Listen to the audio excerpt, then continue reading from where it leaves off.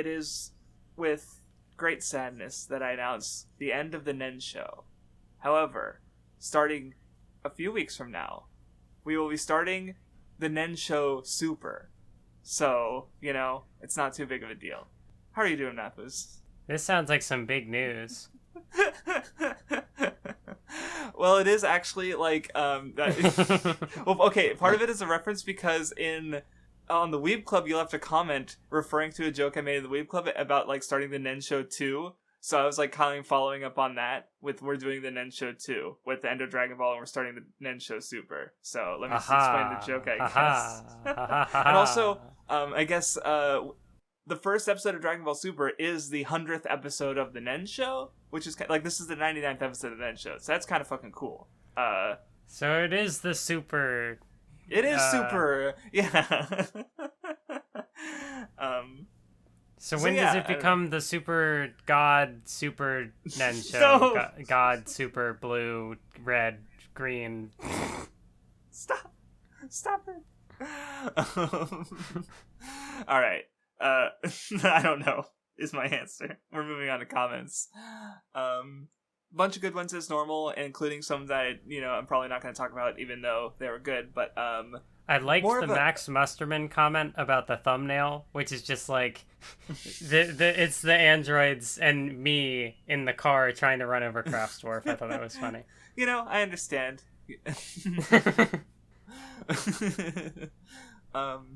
Yeah, I guess to follow up on the Musterman comment, because he also mentions Vegeta, because like I guess I was trying to think like, okay, pure evil, like what, like that's less true now than it ever was. But it's like because Nenmanji also talked about that and how like it just makes more sense that he becomes Super Saiyan because of bonds and stuff, right? Because now he even if he's being like a bitch about it, he does have Trunks and Bulma, and he does even mention in this reading that he literally part of the reason he did that was to try and get closer to Goku, right? And he mentions that like pretty much at the end of the Buu fight, and I didn't remember that obviously, so I wouldn't have thought about that. But that makes sense, and he does get closer to Goku because he's able to achieve Super Saiyan, so that makes sense. More of a Nen Show question is Leorio, who also mentioned like how Nen Show got them into podcasts and stuff, which was cool to hear. But they asked us, so what do you have a favorite episode or series that we discussed? And I want to hear your answer first. I can get mine if you need to think about it, I guess. Yeah, I don't know about episodes specifically. I mean, the Hunter x Hunter discussion was cool. The One Piece discussion was cool. I felt like the Soul Eater podcasts were really fun. Because I think that was like a series where I had kind of like mixed feelings on it going in, but it ended up, I don't know, I ended up coming out with like a bigger appreciation for that series, and I thought our discussions on it were pretty cool. Because I also don't know if I have a specific episode. We only have 99 of them, as I just established, but I think my favorite series that we discussed have probably been One Piece and Hunter x Hunter, because that's like clearly where we're enjoying it the most, right? And we have the most, like, even, though it was your first time going through One Piece, you still had a lot to say because you liked it a lot. And Hunter x Hunter is a series we both really care about, and we were both really familiar with, so I felt like we had just a really good, solid discussion there, right? So, I think it's like, for at least for me, those are pretty clearly, like, really good discussions, so... Yeah. No, my favorite was the Naruto podcast, actually, because it's terrible and bad, and the best podcast we've ever recorded, I mean. No, I was actually going to say that, like, I don't think the Naruto and Bleach discussions were great looking back, but they were still, like, really important for us, I think, like, finding, out what we care about as, like, in regards to talking about media and stuff, and the Naruto one, especially, like, we just had this, I just loved how we were, when does it get bad, though? Like, even if we were being, like, dumb in a few ways, we ultimately enjoyed the series a lot, so... I mean, I guess that, in particular, kind of made recording the Boruto episode interesting, because we were able to, like, look back on the main series a little bit in hindsight. So, I mean, like, there's my answer for favorite episode. Okay. Yeah, that's a good pick. Because the Boruto episode does kind of highlight like the differences between, finishing Naruto and then even like semi revisiting it through. Like I think like even if like I would think we could both say like that Boruto manga we read is probably like part of our least favorite stuff of Naruto. I remember someone said that like this is the most positive discussion I've ever heard on Boruto, where it's like we go, it's fine, and that's the best apparently. Like, Jesus Christ, Boruto discussion is fucked. Soon we'll have another episode. Yeah. See, I'm trying to decide if we want to do that after Saint Seiya or if we want to do that after the patron pick, but we'll decide later. Anyway, so in Nenmanji's big comedy also talked about how like considering how the series kind of like gets into like the passing of the torch stuff, and starting from the Saiyan arc, Goku just struggles more and needs to rely more on others to succeed. Like it does kind of make sense that the story kind of moves past some of these other characters in that way, where and I guess how I thought about it after the fact is like, where Goku like having a successor, even if like at the end of the Blue arc he's still like the strongest at this point in the story. One day like the world is going to move past him, like it already has moved past like Yamcha and Roshi and right. So when I thought about it like that, I was like, okay, that makes sense. Grem had a interesting observation about Cell being made by a computer, which basically how he put it is like Cell's goal is more like simple, where like the androids like we'll kill Goku, then we'll figure it out from there. Jiro, like they have like purpose, where Cell just mindlessly wants to become like stronger. Basically, he wants to become perfect, which is kind of impossible. And I guess so like Jiro had made the androids with purpose because he was human, but the computer made Cell without specific, with just more of a programming almost rather than purpose because it's a machine, I guess. And I thought that was an interesting observation. Yeah. And then the last one I wanted to talk about was Fidelio mentions how he doesn't like how Super Saiyan becomes kind of less special as the story goes on. And I do understand that feeling, but at the same time, I guess my stance, especially because I've heard that exact same thing talked about in One Piece, with how Devil Fruits become less special, Haki becomes less special. And but I'm kind of okay with that. My reason being that I think as like the world and setting like expands, it makes sense for what was once special to become normal. And I think even in one of the SBS comments, Oda kind of frames it where he talks about like beetles, where how in the past it was really hard to get certain, to hunt for beetles and stuff, but now because of the enthusiasts of the past, like kids today can find them easier. And with sort of like how you have the old generation sort of like setting up the path for the new generation. And I don't know, I think I'm fine with it basically, especially because like the series keeps expanding, and so I don't know, I don't mind it personally. But it's if he, he's not wrong to feel that way, but it's just not a personal disagreement. So yeah, did you have any other comments to respond to? No. Yeah, I just kind of kept going because I'm used to you not having comments. Sorry. Anyway, so before we get into the reading, what did you think overall? I know, like, with this reading in particular, there was definitely, like, quite a bit of nostalgia for, I think I talked about it in our very first Dragon Ball episode that, this was the material that I have, like, the earliest exposure to. Like, way back, like, when I was a wee child, like...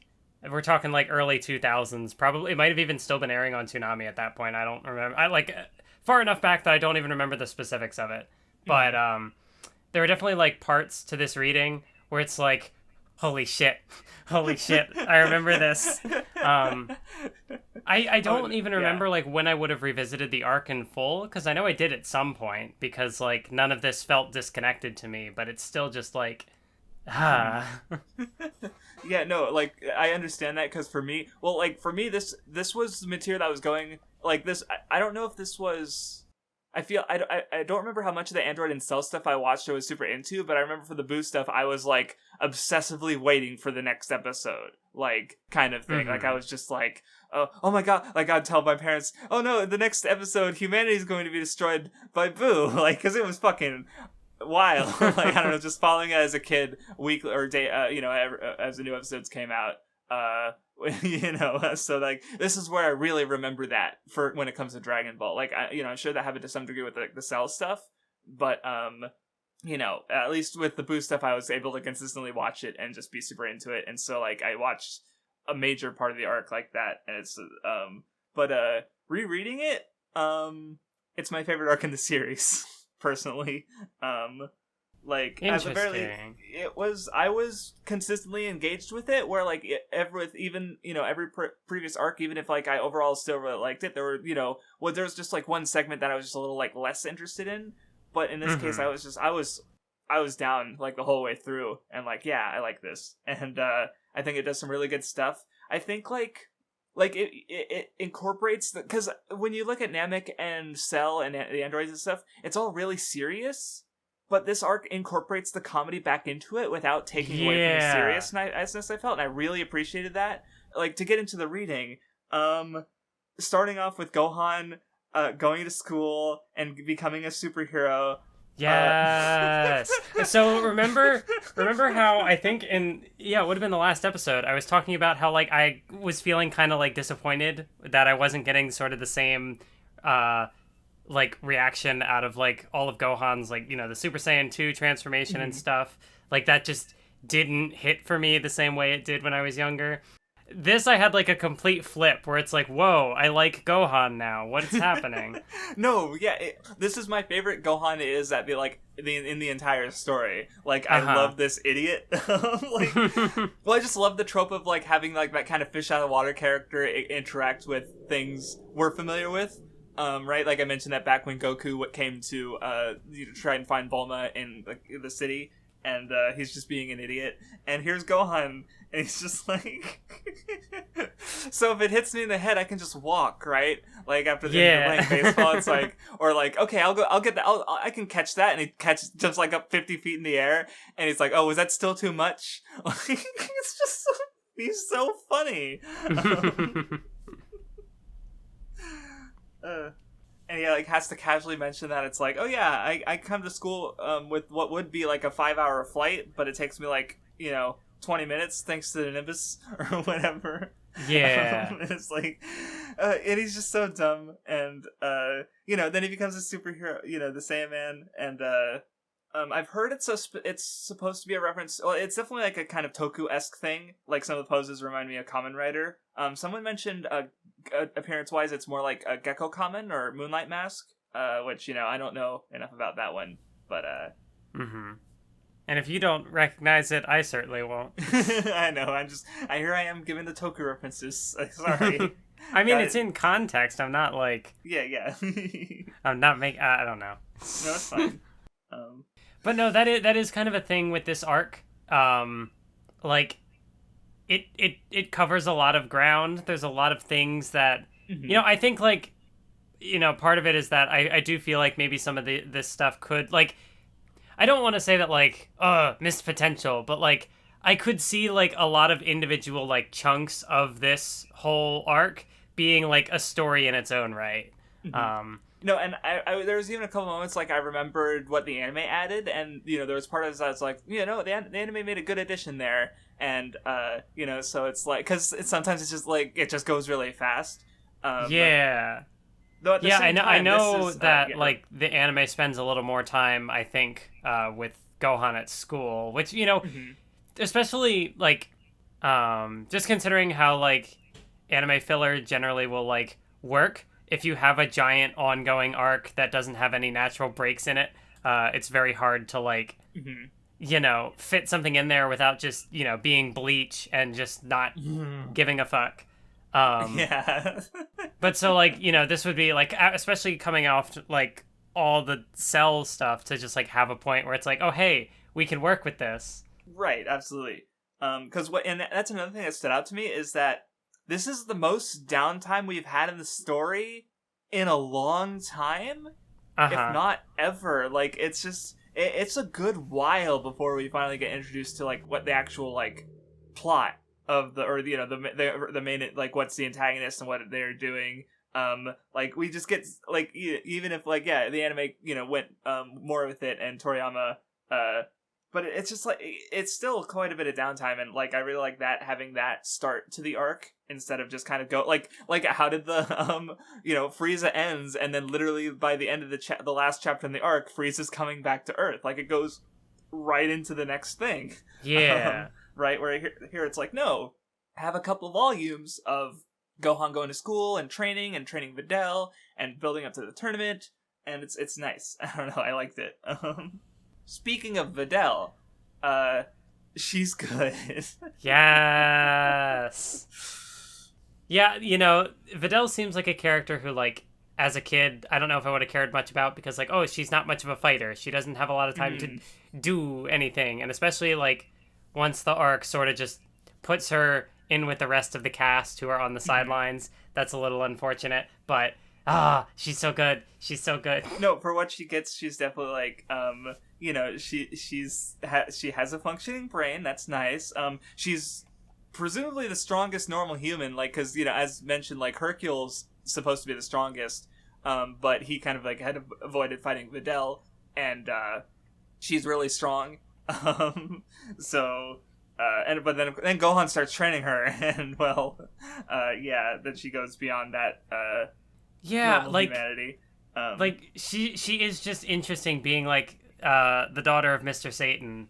So like, there was even a thing where like, she's never seen him fight, and like he wasn't, like, she was self-taught, like he never even like passed it on to her. She just had to kind of figure things out on her own. And so like she's aware that like something's up with her dad, that like he might not be the hero he's made out to be. And yeah, it's just really cool seeing, as much as Gohan is kind of the fish out of water in the real world setting, like Videl being like the fish out of water amidst all of like the gang, especially when they get to the tournament, and she's like, whoa, aren't you like happy that your brother won? And he's like, oh yeah as if like Gohan wasn't totally expecting that to happen. Right. And there's some other good moments, like I'm looking through, and when Videl finds Saiyaman, and she's just like, oh yeah, Gohan, how'd you sneak out of class? And he's like, oh, I just went ahead, said I had to go to the bathroom. She's like, I knew it was you. And he's like, fuck. It's just one of the jokes like that. It's so funny. I also thought there was some fun stuff, like with the whole Saiyaman thing, that like, he gets his costume, and between him and Goten, just picturing them both being like more, grew up in like the wilderness away from civilization, to see like this costume and whatever, and like all this fancy stuff, being like, whoa, this is cool. And then like having Trunks or the other characters just being like, Vegeta as well, just being like, this is stupid, you have no taste. It's funny. Also, there's like more meta jokes. I felt like there's one part where Gohan's like, "I'll reveal my identity in the next chapter," or and I just got to the part where Gohan's going around telling everyone about the tournament, and we see Krillin, and Gohan just like looks to the reader and goes, Krillin quit shaving his head when he stopped training martial arts. Like, just lots of little stuff like that. My god, yeah, and like just Dad Krillin, I love him. Yes, because I think we haven't really gotten a lot of meta stuff since like early Dragon Ball, really. Like, so it is kind of it's almost nice and fresh to see that stuff again back in the modern the current material that we're reading. The other thing I think of it, as far as like meta stuff, is when they're doing the fusion stuff. And Krillin, there's a panel where he's like, what's Toriyama doing? Is he not just like reusing these panels? And then like even the little author insert character shows up. And it's just like, I apologize, or whatever. And it was just... let's be fair, the man's been doing it for a long time. And it's a hard business. So I'm okay with it, Toriyama. You don't have to make fun of yourself. There's definitely like, for that one in particular, there's like... that aspect to it where it's like, no, you don't have to apologize for this, it's fine. Right. Also, I'm getting to the part where Chi-Chi, Gohan tells Chi-Chi and Goten about the tournament stuff, and I like this Chi-Chi design. She's good. Yeah, all the character designs are really solid. You know, I like kind of started talking about it with Krillin, but I really like how they do call back to like, yeah, he shaved his head. He wasn't naturally bald. And so when he gave up on martial arts, like, he just became dad. Yes. And it's, I don't know, it's good. I do like you know, and I see, a part of me is like used to it because, like, you know, I was familiar with this material when it was airing in English, like in the early 2000s and stuff. But like, a part of me is like, oh yeah, no, like the fact that he was able to take this character who's known for not having hair and just give him a design that has hair and have it be like perfectly fine. Like, you know, that goes back to the designs being solid, I think. Where, yeah, it works. Anyway, and I also really like how Chi-Chi is used in this like early part of the arc where you know, like, Gohan is like, oh, she's gonna freak out about this tournament, she's not gonna be happy, so he's like, if I enter the tournament and win, I can get all this money. And of course then Chi-Chi is just like, oh yes, you're doing it, Goten, you're also Goku's coming back, we're gonna get so much. It's so good. What and also with Videl too, when she meets Videl and is like, you know, like, her role in that is just really good, because initially she's like, oh, you know, overprotective mother, this is like the first girl she's seen Gohan with, and so she's like, oh, you're gonna take my son away? No, you can't do that. And then when she finds out that Videl is super rich, she's like, oh, when are you getting married? And it's just, it's so in character, and I love it. Funny. Well, what I was gonna say, another good detail about Chi-Chi that's noted here is how she was actually training Goten even before the tournament thing. Like, she was already like learning teaching really like martial that arts too. And stuff. Right, which is interesting because obviously with Gohan she was like very protective, very much like, okay, you need to like learn school, you need to be like fit into the regular world and not this world of martial artists. Yeah. Where with Goten, like, part of it is like, well, because with Gohan ultimately that didn't work. Gohan had to learn to fight, and he eventually saved the world. So with Goten, it's like she's making him more prepared for that as well. Or she's like accepting that that's part of the world they live in, and that, you know, being able to fight is just like helpful, right? Yeah, the way I also kind of thought of it is that, like, with Goku not around, you know, Chi-Chi did like study martial arts, like she did enter that one tournament. So I mean, I also kind of like to think of it as just like Goku's not around. True, that makes and like sense Gohan, too. You know, turned out all right. So like, I don't know. No, it makes sense that she'd want Goten to at least like have some capability, and especially without Goku there. Because like, you know, if Goten is like Goku and it turns out he wasn't, and is like going to be like this person who both enjoys fighting and is able to like fight to protect the world, then, you know, just having him have some basis for martial arts even from early on is just like smarter, right? So it's just a good little detail. And also when they start the training and Gohan's like, oh, Goten's not going to be that strong, and then he throws the rock and almost like takes his head off, and he's like, no, back up, well.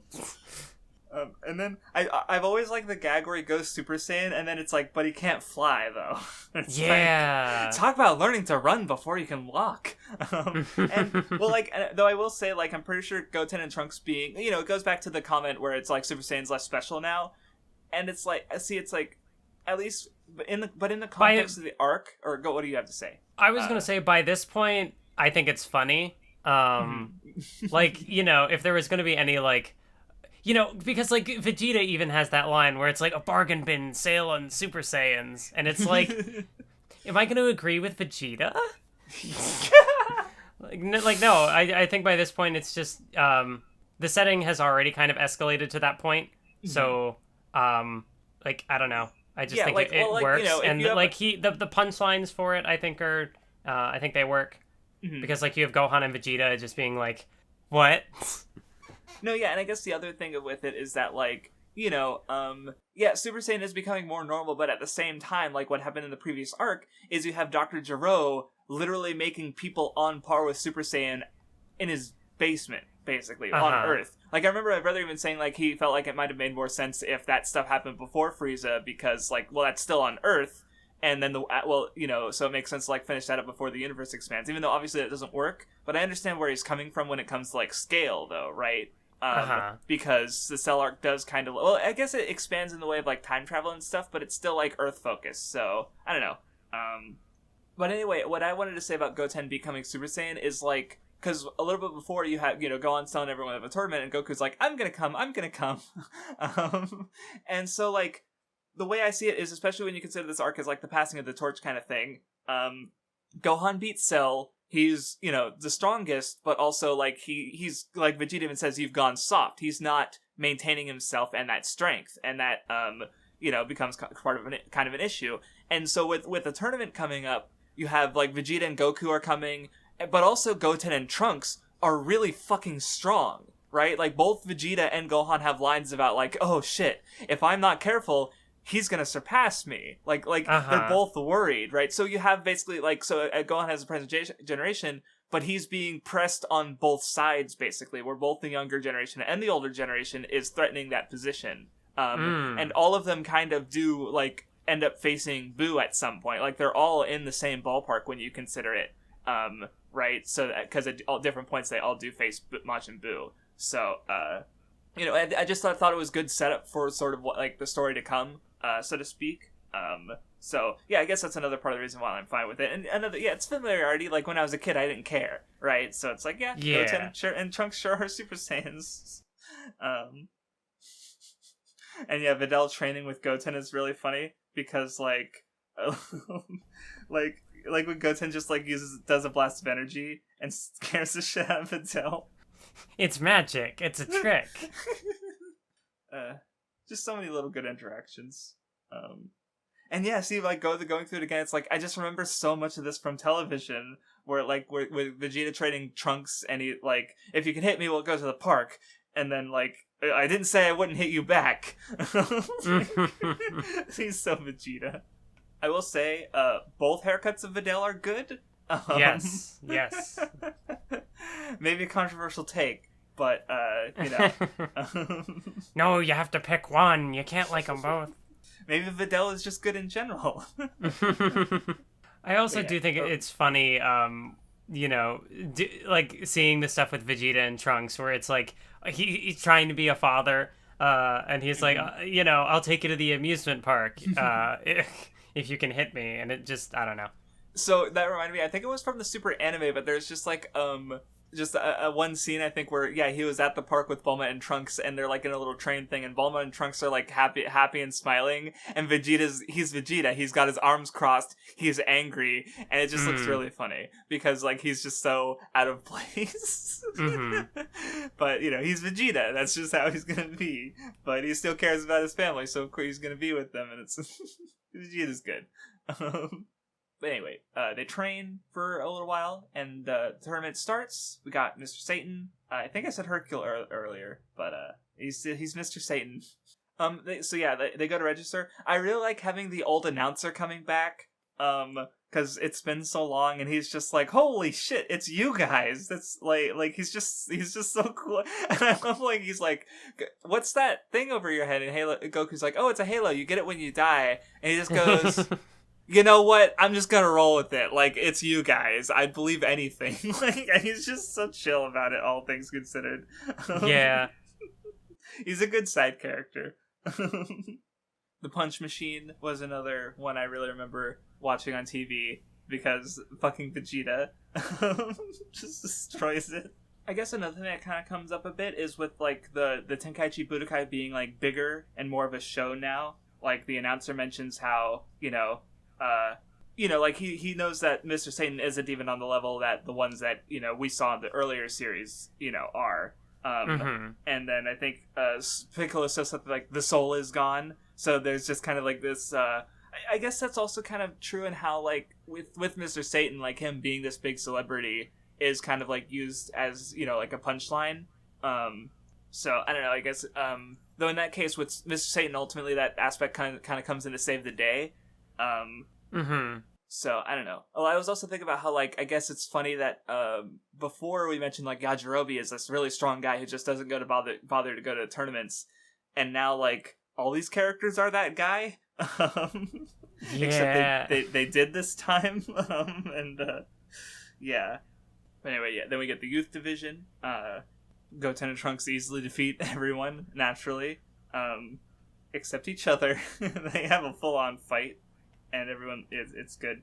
Satan gets his match against Trunks, and it goes about as well as you would expect. I like how even after the fact, Trunks is like, is he actually really strong? Like, he just doesn't know what to make of Mr. Satan. Yeah, he's a good showman. He's able to, make up for his deep lack of fighting ability when it comes to, all these other characters. Also, I know that the series called him the Lord of, or the translation I read called him the Lord of Lords, but for me, Supreme Kai is just easier to say. So I'm going to keep calling him Supreme Kai. But yeah, with the Youth Division done, the regular tournament starts up, we get introduced to them, and they're very, especially the way Supreme Kai's, expressions are drawn, he's almost made to look sinister, as if he's the bad guy. Which, definitely feels like a little, that's just how it goes. But yeah, everyone divides up for the rounds. I like the bit where, Krillin's opponent is just oh, you're a shrimp, I'm sending you out on a stretcher. And Krillin's just yeah, that sounds like something a one-shot character would say. He's fought them too. And it's just more meta jokes. I liked it. But anyway, Piccolo throws his match, and then we get Videl versus Popovich. But yeah, Videl's actually able to hold her own for a bit, but then it gets brutal. I don't know, did you have any thoughts on it? I mean, it's a shame that this is kind of the last she gets. I don't know how, it's the sort of thing where I don't know how she could have been worked into this arc otherwise, just with the nature of how Dragon Ball does things. But I did feel like her role as Mr. Satan's daughter there could have been more done, but I mean, maybe I don't know.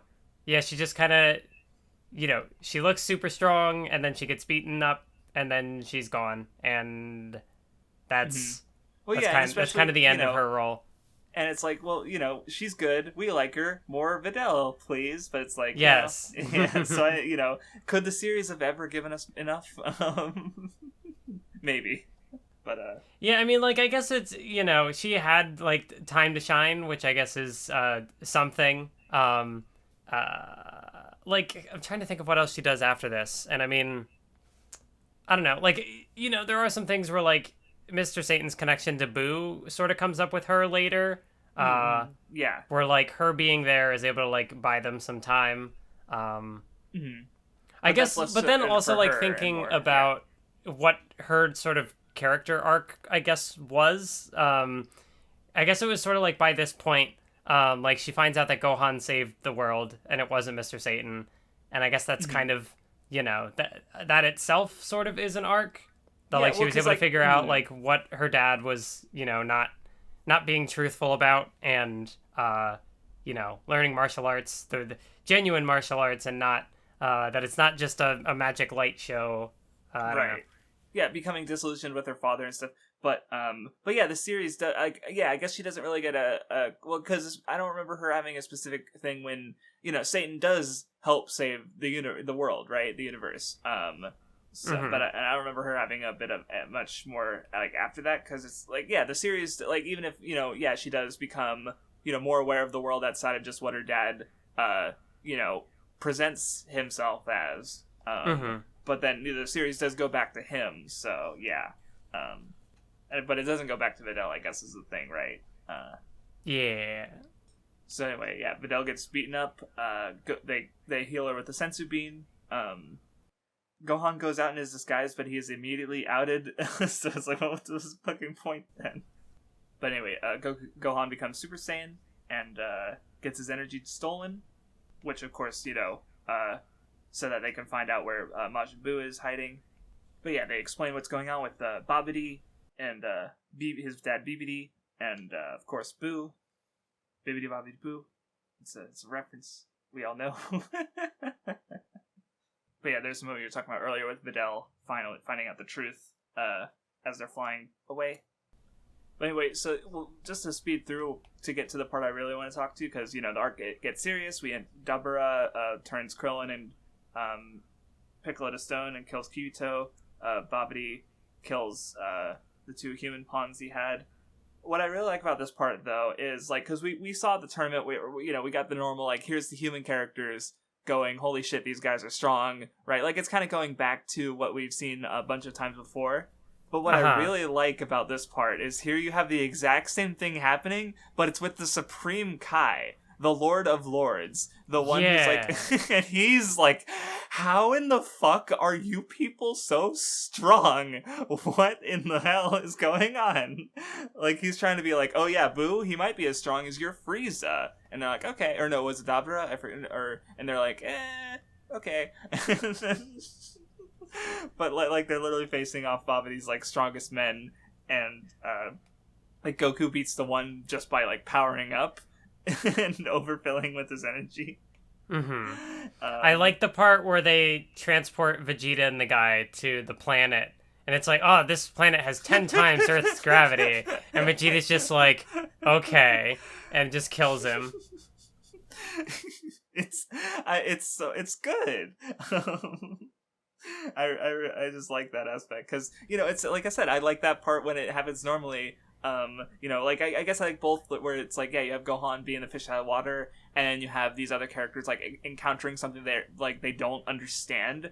Right, where I like to give two other series that do that. That I like is like One Punch Man and Overlord, the light novel series. Or both of those where like you'll have these characters encounter, you know, people who are like of such unfathomable power that they can't comprehend, and they kind of have to deal with that, right? So here's, you know, and then now here's Venice, but it's the character's supposed to be at the top, and it's like, yeah, some fucking dude on Earth, just like, yeah, he's up there too, and it's like, what? But I guess, yeah, while we're seeing that, it does go back to the tournament, and they figure out a way to resolve that. I do think it is cool that, you know, we don't just drop this, that there is, you know, sort of a resolution here, because it's good. 18, you know, like, manipulating Mr. Satan to be like, hey, I'll let you win and keep your reputation, but you're gonna have to pay me, like, double the prize money. And it's good. Gaslight, gatekeep, girl boss. No, yeah, it's a good moment. Yeah, rest in peace, Mr. Satan. Like, yeah, if you want all this fame and fortune, Mr. Satan, you can have it. Well, some of it. Some of the fortune. Right, like, you know, he's got to, like, yeah, he's lying about being the strongest and saving the world, so I guess there's him getting his comeuppance for that. I also like the little moment with Goten and Trunks in the disguise, that, like, 18 figures out that it's them when they go Super Saiyan, and she's like, oh, okay, it seems like, she, you know, like, oh, she can win this, and then they, like, shoot, like, the ki blast at her, and she's just like, what the fuck? How are these little shits that strong? Like, everyone's just shocked at their power. It's good. It's also cool because, like, she kind of has sort of, I guess, like, a similar thing to, like, Chi-Chi in that sense, where, like, they're both in it for the money, except, like, with her, it's, like, her and Krillin are there, and she's like, okay, we're gonna win this. Whereas, like, Chi-Chi, it's, you know, her family, but it's cool. Yeah.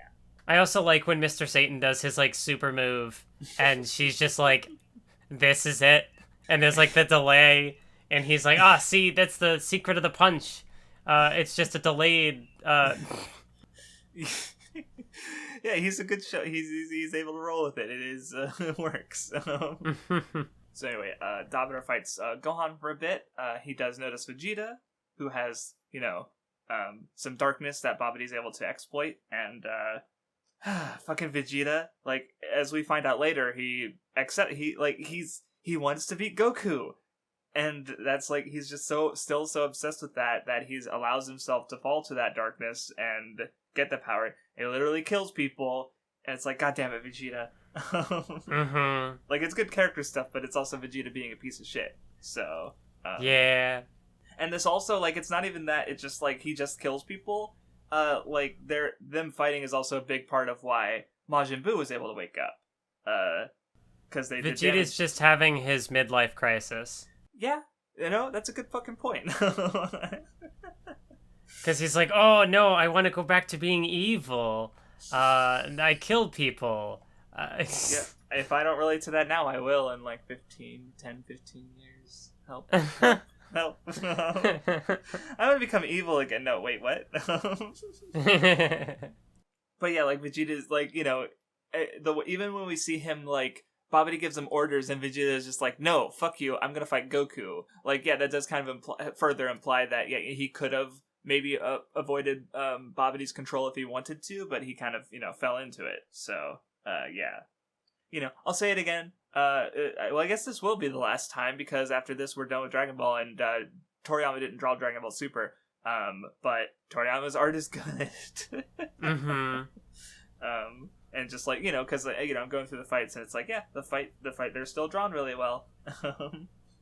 But so yeah, they're able, Goku and Vegeta fighting is able to give Buu enough power to awaken. And I always felt like this was kind of like something of a gag in a sense, where it's like, okay, the ancient evil has awakened. It's a literal giant baby. But then, like, he's also, I forgot how, like, he's actually kind of terrifying. Yeah, no, I think Buu might honestly be, I mean, like, I guess Vegeta was also an antagonist, but outside of Vegeta, like, I think Buu might be my favorite, like... Okay, I think we're in agreement. Yeah, I was also gonna say, like, I guess Piccolo also is a thing, because I was originally going to say, like, post... time skip Z stuff, but then also like thinking back to antagonists from early Dragon Ball, and it's like, no, Buu might just be one of the best antagonists. No, yeah, I think well, I was going to say, like, not including antagonists that turn good, but it's like, no, wait, but Buu does turn good. So but it's like, no, but he's like one of the, yeah, like up there with, yeah, Piccolo and Vegeta. Well, I guess I would say I think I like Buu best as an antagonist, even if he's not my favorite character who was an antagonist, because in the case of Piccolo and Vegeta, I think their best stuff comes after they stop being an antagonist, where with Buu, I think he works really well as an antagonist. All forms of him, even Kid Buu, I think really works for the ideas that the arc is kind of exploring. Yeah, this is also the thing where, like, I feel like each different iteration of Buu well, except for maybe, like, I consider the stuff with him, like, fusing with Gotenks and Gohan still an extension of, like, that's second form Buu. Right. But absolutely. I do feel like each different iteration of Buu could itself, like, be its own story. Like, I really like, with the original Buu, how, there is that sort of tonal dissonance with him, where he's very goofy, and there's a lot of jokes with him, but also he'll just fucking kill people. There's sort of like I guess Buu in general has more of like a chaos, like element compared to, Cell and Frieza felt more like refined and kind of restrained in that regard. And obviously, the chaos part is most evident in like Buu's final form, when he's like the kid version. Though I guess like going back to like, because he's he comes out of he like scares Babidi. He's like, boo, and just like Babidi's like on his knees like freaking out, like, and but then after that he gets mad at Dabura, and like the way his eyes are drawn to be like, because he's normally got the closed eyes, but sometimes they'll open a little bit, and he's smiling, and it's like, oh no. Like, it's a little scary. Like I said, it's scary, and I think Buu is really good at that. Just like, because if you consider this arc where it's like it's taking the humor and incorporating that more into the serious parts, right? Well, Buu kind of works perfectly because he's able to be both, right?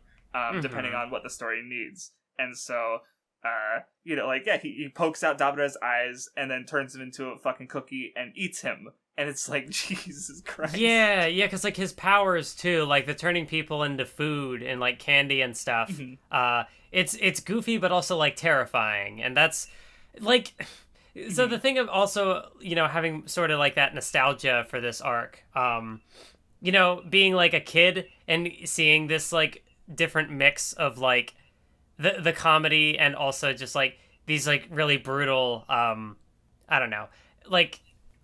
It's just interesting thinking back on it, but also just in its own right, it's good, and I appreciate it. Well, what you made me realize is because, like, there was a character in Dragon Ball who had a very similar power. The rabbit guy who turned people into carrots. Right? Uh-huh. And so, but, like, when you consider how, like, you know, Dragon Ball, like, this is, you know, it's farther in the story, and, like, there's the aspect of, like, the passing of the torch and the generational thing. Like, this is almost a more, like, yeah, it's going back to that, like, silly idea, but it is doing it in a more serious way, where, like, Super Buu literally kills and eats their friends and family. Like, yeah. That's horrifying. Like, I remember, like, we talked about in Kinnikuman, where it'll just do this horrifying stuff as, they drank T-Man or something like that. It's like, what, like, part of it is, like, what the fuck, that's horrifying. But it's treated in a gag way, and the characters survive, and whatever. But here, it's really not, honestly. Even if it is still that very same, like, goofy element, I guess. Yeah. But yeah, Buu, destroys Supreme Kai and Gohan. But yeah, Vegeta defeats Goku, so he you know, he recognizes his mistake, and he goes to fight Buu, but ultimately can't do that much. I was really satisfied when Piccolo cut Babidi in half, but I forgot that that doesn't kill him. So I was like, no, because Babidi's a piece of shit. And I guess to go back to, like, why another reason I think Buu works really well for the arc is because, you know, with the, you know, generational stuff, you have, you know, Gohan, you have Goku, Vegeta, Trunks, Goten, like, all these characters sort of you know, like, which of them is still, like, sort of holding the torch, so to speak. But in Babidi's case, like, it's mentioned that he's doing exactly the same thing that Babidi is doing. Like, Goku wants someone to surpass him, but Babidi is, like, still being beholden to his father and just doing exactly what his father was doing, right? Like, he's not trying to exceed him or anything. He's just, you know, carrying on this will in the same way, I guess, is what I noticed. And then with Buu is like, he's a child. And, I really like how it's resolved with Mr. Satan, where, like, you know, Buu was just being told to do bad things by bad people, and Mr. Satan was the first person who actually told him, like, you don't have to kill people. Right? And so, and that ties to Super Buu and, Kid Buu in different ways, which I'll talk about later, but I just, you know, I think, like I said, I think that aspect works. But anyway, here we have Vegeta, you know, he's unable to beat Buu, and so he, you know, protects Trunks and, Goten, who, you know, do have a good chance of beating Buu. And he sacrifices himself. It doesn't work, but, you know, it's his redemption, I suppose. Yeah, I think, like, looking at this fight more, I also really appreciate, like, Boo's powers, like, the fact that he can just, like, rip parts of himself off and, like, use them as weapons. And also, like, with the, you know, Dragon Ball has done, like, regenerate, villains who can regenerate before. Like, you know, they did it with Cell, too. But I like it better in Boo's case, where, like, that is part of what, like, makes him just unstoppable. That, like, he can literally just, like, be blown to bits. Like, even the part where he self-destructs later, and that's, like, part of the plan, that he's, but I think also, what was it? There was another thing I was gonna say. Oh, right, and also, like, as far as the regenerative stuff goes, there's also kind of, like, a goofiness to it as well, where, like, you know, he gets punched a bunch of times, and then his face is, like, caved in, and then it just, like, pops back out. Yeah, just pop, just like, yeah, that's pretty funny. Well, like, and then, but it's also just you know, that more selling that, like, he's indestructible. Right. Though another, I remember this as you were talking about it, because when Vegeta self-destructs, Buu is just like, as he's like Buu's getting destroyed, his like tongue is out, and something about that, like, and it's like, but it's also getting caught in like the wind of the explosion, and something about it's just funny to me. I don't know why. But yeah, I guess this is, you know, the last instance of a self-sacrificial, like, suicide attack that ultimately, you know, doesn't really accomplish much. And after this, Vegeta is this is his full-blown face turn. He's a good guy now. But yeah, I also like, well, you know, because after this, Buu just starts going as Massacre, and it kind of struck me just how, like, the situation is so fucked. Because, like, they literally have to listen to all of humanity die, while they just scramble to find a way to defeat Buu. Yeah, like, even with Cell, you know, things got destroyed, but it was never he was never so unhinged, I guess. Like, he's like, oh, I'm going to hold a tournament. And that's kind of, that limits him, I guess, from just going wild and destroying everything. Right. And, like, especially the moment that gets me the most, I think, is when, like, Super Buu comes to the lookout. And Piccolo's like, well, we need time, so you haven't killed all of humanity yet. Go do that. And, like, that right there is already, like, they can bring him back with the Dragon Balls, but it's just so supremely, like, just that idea of, like, go kill humanity, you can fight us when you're done. It's just, like, that's fucked. And then Super Buu just does it. Yeah. And, like, it's horrifying. Like, Jesus. Also, there was a mistake in, I think, the translation. Maybe it was a mistake by Toriyama, and it was quickly fixed, where Shenlong has 3 wishes, and then they even say that let's only do 1, and then the Dragon Balls will be ready in 4 months. But then, like, later they mention it's just, it's 2 wishes and it's half a year. So maybe it was a original mistake by Toriyama. Maybe it was. I think I remember Mr. Fusion talking about that in a Dragon Ball Dissection episode. Okay, so it wasn't a translation thing. It just was a mistake on Toriyama's part. I know. It's fine. It did get fixed later, so it's not like it's too big of a deal. But it's like, oh well. It's also just like, in a general sense, like, I think that's also like, since I brought up Dragon Ball Dissection, I might as well just like finish off that thread of the podcast. That, like, because of how, like, how I think negative Mr. Fusion has been, like, on this stretch of the story. Going into it, I don't know what I was expecting from it. Like, I don't think I was expecting to dislike it, but I definitely had a much more positive opinion on it than, I don't know. Like, I think with Dragon Ball Dissection, for me, like, at this point, when he was covering the earlier material, he was a lot more positive. And at that point, it was sort of bringing, like, a lens, looking at the series, specifically the earlier material, with, like, a lens that I never would have considered, like, as a kid when I would have initially watched it. Right. So, on top of, like, also being more positive and giving me, like, a new perspective on the series, that was cool.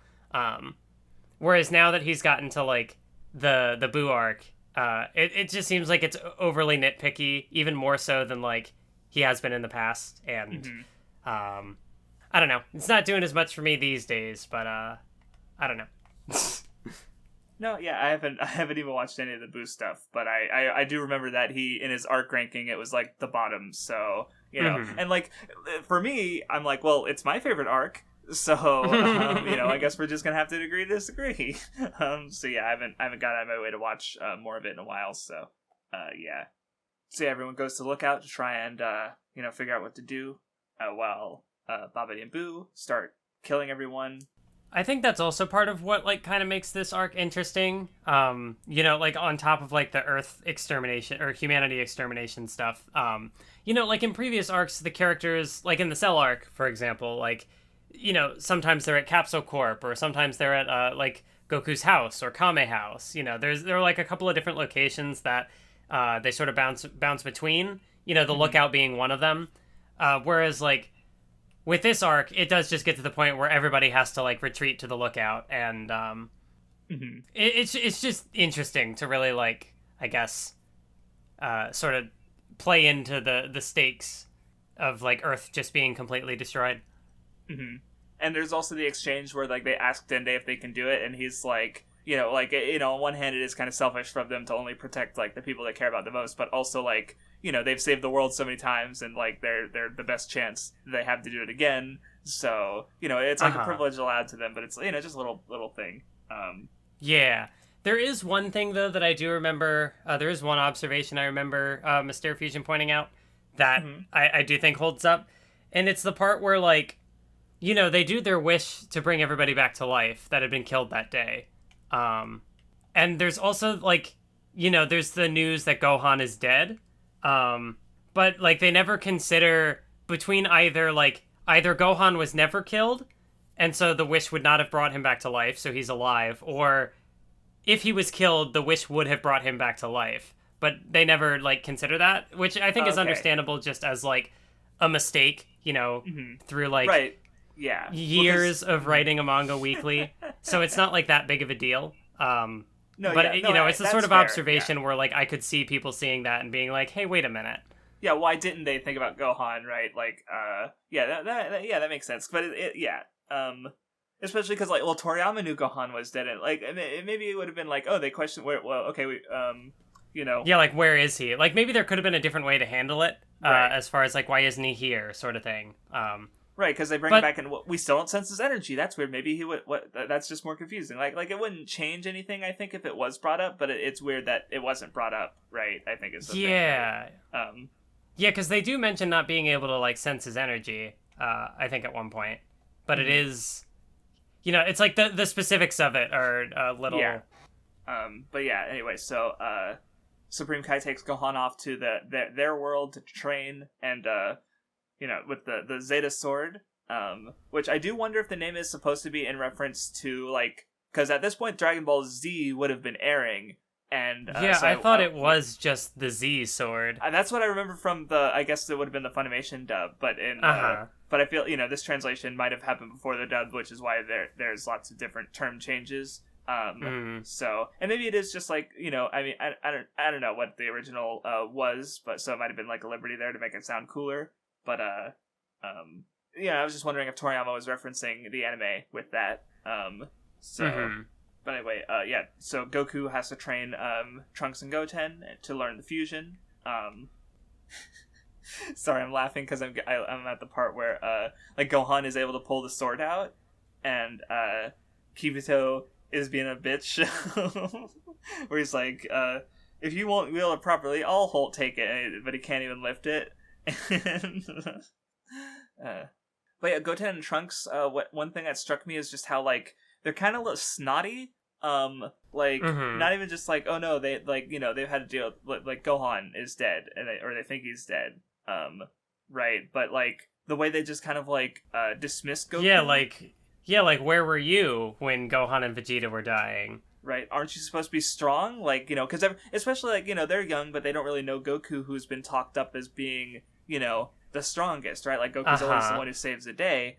But okay, well, where is he? Why wasn't he able to do anything? And so they don't have that respect for him, until he earns it, by showing that, yeah, he's the strongest for a reason.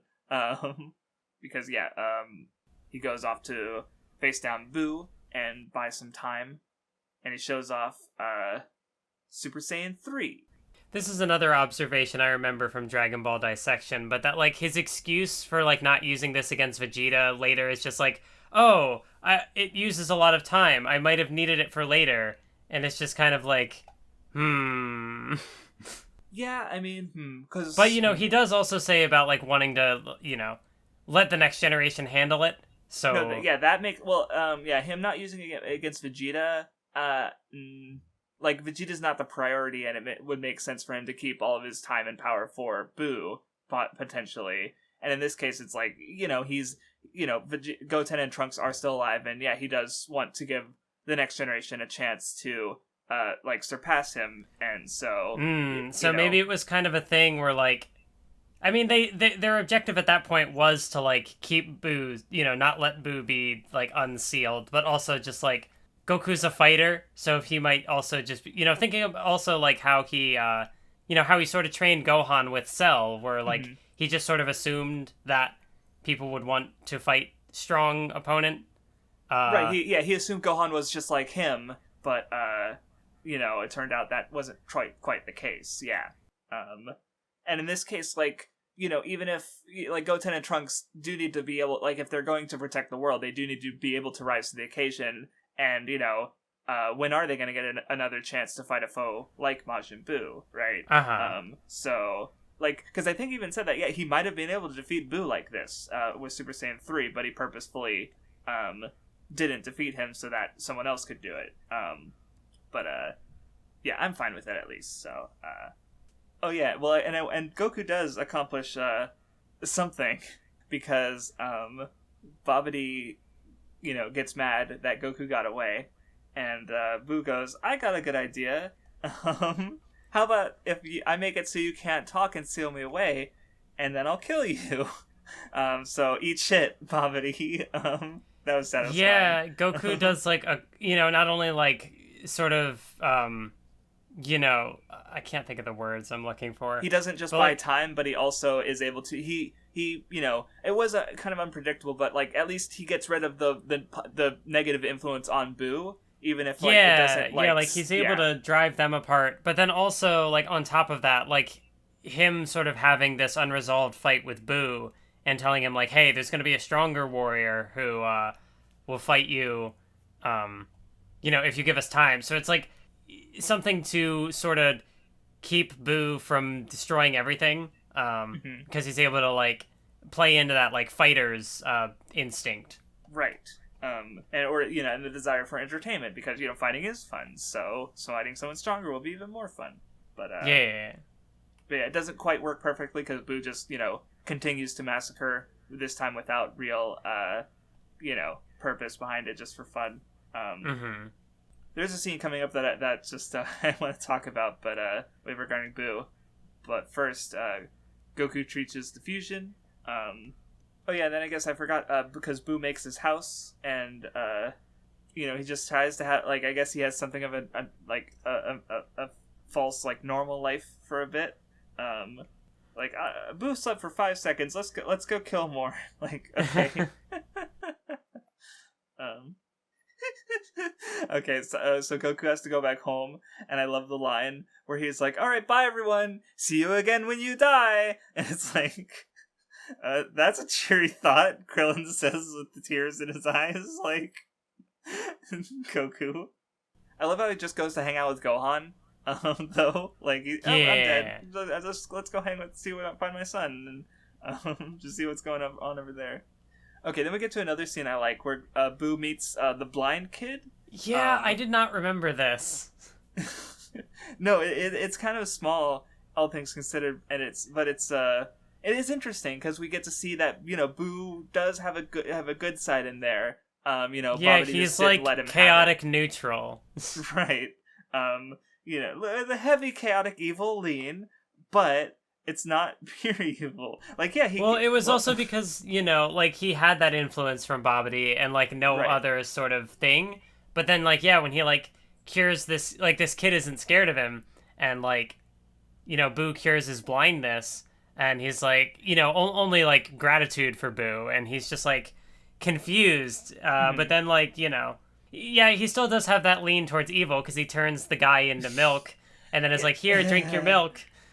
Which is he doesn't know it's human milk. and then he's like, thank you, and then he flies away, and then he just like nukes the area anyway. And like, if that doesn't kill the kid, then Super Buu presumably killed the kid later. And if that didn't, if he still had some feelings for the kid, then Kid Buu would have just blown up the planet. So he dies anyway. But it's like, we do see that there is like something in Buu that isn't just this maniacal like destroyer. And it's a good scene. It's fucked, but because Buu doesn't know better. He's a baby. Yeah. But anyway, so after that we get the the funeral for the Z Sword, where they're doing some training. Like, let's throw the hardest material in the universe at it. Let's see what happens. Sword immediately breaks. Yeah. But it's okay. There's the old Kai in there. And I guess going back to the kind of like, the generational thing is like, he's still this like exceptional Kai. And, he's not the best. Like, Goku immediately just fucking blasts him in the face. But he is kind of disappointed with the present generation, I guess. Something I noticed. Of course, he's a pervert character. We didn't need that, but oh well. At least Gohan is a good boy. He's like, no, that's sexual harassment. Right? Don't. Like, Goku's like, yeah, I'll give you some pictures. Like, there's a girl I know. And Gohan's like, what the fuck, Dad? Anyway, then we get Goten and Trunks doing Gotenks, and then failing the transformation until... And even when they succeed, like, he gets really cocky, and then I like how there's, like, an off-screen fight where it's like a gag where he just like flies off and he immediately comes back and I didn't do so good and he just got the shit kicked out of him. Yeah. So anyway, there's so Boo's been massacring the planet, so finally, Satan is going to save the Earth. And yeah, kind of like the kid, he's like, he treats Boo like, a person. He fakes it, obviously, because he's trying to kill him. But I love it when he gives him the video game, and Boo is like, this is kind of fun, but he's getting mad. And then Mr. Satan, like, makes it blow up, and he's like, oh, I like that part. Like, that wasn't part of the game, but it was his favorite part. Yeah, no, I definitely enjoyed Mr. Satan more, in this arc than, like, in the Cell arc, he is kind of like comedy relief. There's not really a ton to his character at that point. But like here, just is sort of building off of that and giving him more of like a character. Well, I mean, he had like a bit of an arc in the Cell arc, I guess, but giving him like more to work with here, it's cool. Yeah, because he is mostly like the joke of he's trying to desperately protect his reputation despite the world not being as he wants it to be. But here, yeah, he's able to go beyond that a bit where, he sort of starts like he does kind of become like a parent figure to Boo that isn't horribly evil. And, there's the puppy, B, who, becomes their friend and, Yeah, I really like the part where he like I forget, he like leaves to do something and he's like, okay, now's my chance. I'm gonna kill Boo, but then he's like, he decides against it. Which I think actually happened before the puppy is introduced, but I don't know. Oh no, wait, it is because he sees him like playing with the dog and he's like, I'll do it later. Oh yeah, that's right. But it's good. Right, because he's like when Boo is this like evil monster massacring things, it makes sense. But then once it's like, oh no, like maybe there is something in there, and then he even asks like, why do you kill people? And he just says like, I don't think you should do that. I don't think you should listen to people to people who tell you to kill people. And Boo just goes like, okay, I won't kill anyone anymore. Like, he totally accepts it. Because like, as we see with the dog, like, he's able to enjoy himself in ways that don't involve killing people. So, he's just like, yeah, I won't do that. This is why he's chaotic neutral. It's just a matter of like what the influence is. Exactly. As long as he's having fun, it's fine. And then, of course, if Mr. Satan is like good aspects of humanity, some fuckheads come by who are just like killing and robbing and shit because whatever, there's no rules anymore. They hurt B, and then you get probably one of Boo's more interesting scenes, I think, because like these are people who fucking Mr. Satan says you don't deserve to live. Like, this is the guy who's lecturing Boo on not killing people, but even he is, like, pissed off at these guys. And I love how it's Mr. Satan being cool for a change, because, like, he is a really strong human, all things considered. And, like, these are armed thugs. Like, that's a fucking rocket launcher and a sniper rifle. And Mr. Satan just goes in and beats their fucking ass anyway. Like, that's kind of fucking cool. And then, the moment you get with Boo is because he is kind of split between, like, he wants to listen to Mr. Satan, especially after, he gets shot. And he doesn't want to kill people, but also he's angry that the people he cares about were hurt. So he literally gets split between what you could even say is nature and nurture. You have like the evil Boo, who's sort of, Kid Boo, his original form of just like something that's just there to destroy. And then you have the Boo he sort of became and like, who is capable of like, being good. And, yep, and that's that happens. So yeah, I thought it was like really, it's really good stuff, and it's definitely a big part of what makes Boo like my favorite antagonist in the series. So yeah, but yeah, evil Boo kills those guys as Boo wanted, and then he eats Boo and absorbs him and becomes Super Boo, and shit gets bad. Yeah, this is, also thinking back to, like, Cell, and how, like, Cell also has, like, these different forms and different transformations, but, the real difference with Boo is that, like, they are different, like, each form is a different character, whereas, like, with Cell, it's more just a progression of the same character, And that's also why I said earlier that, like, not even that I wouldn't even say that, like, things here are underdeveloped, but just that, like, it would be interesting to see more of, you know, each different iteration. Because I feel like, you know, with the original Buu, like, you know, most of the potential there, like, that one was probably, like, the most developed Buu as far as, like, having something of, like, a character arc, I guess. Right. Whereas, like, but this second iteration of Buu is also really interesting in its own way because, you know, you get, like, the more, like, directly, like, intimidating stuff of him, like, you know, rushing the lookout and just, like, he doesn't talk much, which you know, sort of makes him stand out more, I think, compared to, like, you know, the original Buu. But then also, like, once he starts getting the different, like, when he has the different like, absorbing people, you're able to see more of, like, a progression as far as, like, intellect and strength and stuff. But you know, like, the introduction of this version of Buu is also just really intimidating. Oh no, and well, and one thing cool. I was noticing is that, like, he has a different set of expressions because, you know, he had the different design to his face and stuff, and he's a little creepy. He's a little creepy. I think it's just, like, also, like, the posture of him, like, his neck, like, being crooked but also kind of like tilted back. Right. There's like a lot of really distinct things about this version as well. And there's so many brutal deaths this arc. Like, I'm just looking at where he literally just, like, forcibly enters some dude through his mouth and just makes him explode within, and I'm like, ah! Like, normally Buu does the eating, but now he's forcing someone else to do it, and I'm just like, no! This is horrible. I don't even want to describe it. Ew.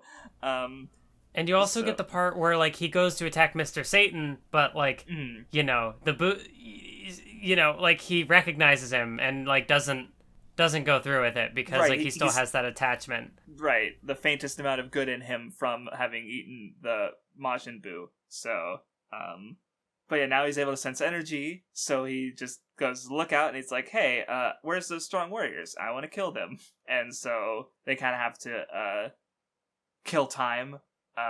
And you get the scene I mentioned earlier where you haven't killed all of humanity yet, which is just and so he does. He fucking does. You know, Gohan finds out that Earth, you know, the planet is basically dead, and so he gets mad, and we see that, oh yeah, no, he's been getting a lot of power from this ritual he's doing with the Elder Kai. So you know, he keeps doing that.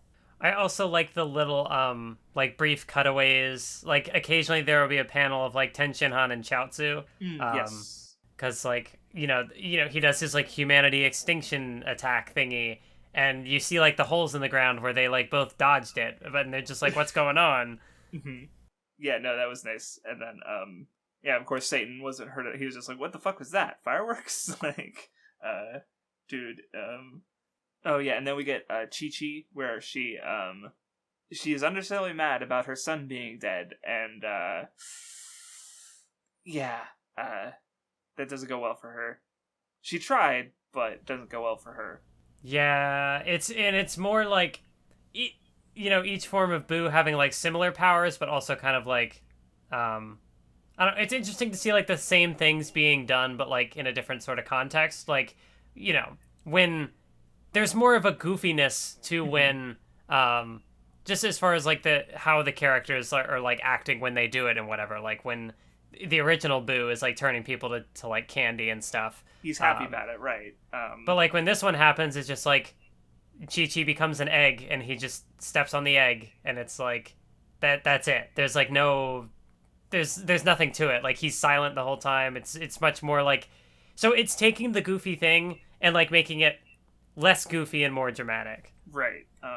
Like, yeah, and even just, later... like, really stretching that tonal dissonance.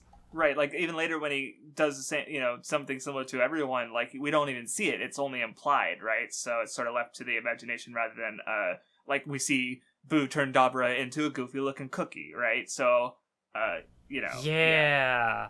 I was actually kind of surprised, because, you know, like, of the things that I remember from seeing as a kid, specifically the scene in the anime where they don't just skip over it. Like, they do show him, like slowly like picking off everybody.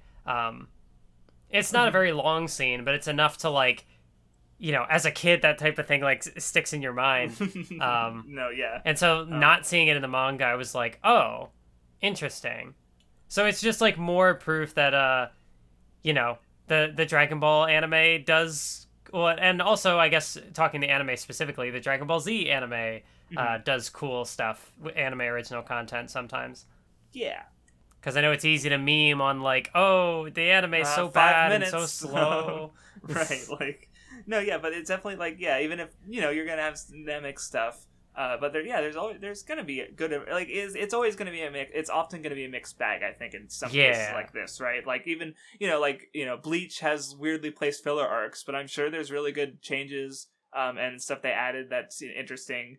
Right, like, just being reductive and trying to reduce the whole thing just to good or bad is always going to be a bit unhelpful, I think. So, yeah. So anyway, Piccolo tries to buy as much time as possible, like leading him in circles around the lookout, while Goten and Trunks do the best they can to train. Yeah, I do appreciate Piccolo's role in this arc. Even more so, I think, as well, than him in the Cell arc. Because even though, like, in Cell, he does a lot more fighting, and there is, like, the progression with his dynamic with Kami. Like, I don't know, something about just seeing him being more of, like, a negotiator type, mentor role, where he's, like, trying to, like, keep Buu at bay, and also, like, train the boys and stuff. It's as far as, like, only so many like combatant characters are going to be able to shine at this point in the story with the cast so large. So him having like something distinct to him is still cool. Yeah, because he's the character with the best balance of like intelligence and power, right? Like he has been the strongest character in the cast at certain points of the story, or one of them. But he's also like he has more than 2 brain cells, which cannot be said about like most of this Saiyans and stuff. Right, so like he's able to think quickly and plan out some like leading him around the maze, or later when Gotenks feigns weakness and he just immediately destroys the entrance to the hyperbolic time chamber, because he's planning ahead, right? Like he's planning for the worst case scenario, right? He's got to even ready. Take Buu into the like the hyperbolic time chamber for that reason. Right. He's smart boy. I also like the part right before they enter where he's like, would you like any food? And Buu is just like, I'll kill you. And it's like, no, we're here. Yep. Anyway, so yeah, Piccolo does finally reach the chamber, and, Goten and Trunks are arrested up. They fuse. And then we get, like... So, Gotenks is really strong, and he's even able to do Super Saiyan 3, as we find out, but ultimately, like, what I kind of take from it is, as far as, like, the torch passing goes, is he's too cocky and arrogant. Like, he's even more arrogant than Vegeta has ever been, because, like, he's completely unable to take it seriously, right? And I think, like, especially when you contrast that with, like, Goku, right? Like, he's kind of goofy, especially in older Dragon Ball stuff, the original, the previous stuff. Right, and he, like, Gotenks does a lot of, like, gag stuff, almost, but, and that's kind of what I took from it, is that, like, he's too young to really be serious about the fight, where in comparison, Gohan takes it so seriously because it's not his element, so to speak. Like, they're kind of they're two alternate extremes, I guess, is what I'm trying to say. Where I feel like Goku and Oob is like more of a balance between the two, which is we'll talk about that when we get to the ending. But I think just kind of like the idea that Gotenks is super arrogant because like it's a fusion of these two bratty kids. So like it would make sense that even more so that like the character is less practical, and because it's just like amplifying that childishness. No, yeah, I do really like this fight. Like, like I just saw that where Gotenks like headbutts him, and like the expressions Buu makes is really funny. Yeah. And then there's just and also the part with all like the kamikaze ghosts, where it's like they all just like huddle up on the ground, and Buu is just like what's going on? And he walks over, and then they blow him up. And they're also stupid in their own. Like, I love how when like he makes a bunch, and then like there's like a cutaway gag to Super Buu. He's like drinking a fucking smoothie and reading a book. Yeah, like, he doesn't give a fuck at all. And then like they come up with the plan, and like two of the ghosts like, all right, let's do it, and they clap hands and they explode, and Goten's like, are you fucking kidding me? Are you guys that stupid? Like, it's really funny. But yeah, also like Gotenks is like we like I said, or like we noticed before, they said before, is Goten and Trunks are really strong, and if the older generation, they don't watch out, they're gonna get surpassed. These two are fucking geniuses. Like, they come up with ways to use ki and energy that like how the fuck do you even make ghosts inside of you that have their own personalities and also explode? Like, what the fuck? Or the fucking energy rings that they're able to use, like, to make solid energy to trap someone. Like, that's exceptional use of their capabilities. They're geniuses. And they're also morons. They're also stupid, right? And they're kids at the end of the day. They're just too young to manage this situation. And like the other thing I guess that caught my attention is because like they do what they think they can as super Gotenks, and then like they, I guess, like, because when you think about how the story has gone with the other arcs and stuff, it's like it's always like, oh no, the characters are at their weakest when Goku arrives, or when Goku they're almost like imitating that, where it's like, oh no, I can't beat you, Super Buu, right? Of course, obviously before he's gonna go Super Saiyan 3. They're almost like trying to like chase that kind of success, or that last win kind of thing, like the last generation often does, but they're like trying to do it artificially because they're stupid. And so Piccolo's like, okay, we're stuck here forever. And he just like it's like, god damn it. But of course, Boo's able to escape through pure rage. And then he kills everyone. But yeah, then we get Super Saiyan 3 Gotenks versus Super Buu. And he's actually able to, like, manhandle him a bit, but it's, there's not enough time. So it, peters out, and whoops. But luckily Gohan is at full power, so... God, I really like how, before he goes off to fight, he asks Hibito to change his clothes. And, kind of like he did back in the Cell arc. But, in the Cell arc, he wanted to wear Piccolo's outfit after being trained by his dad because he respects Piccolo, as much as his dad.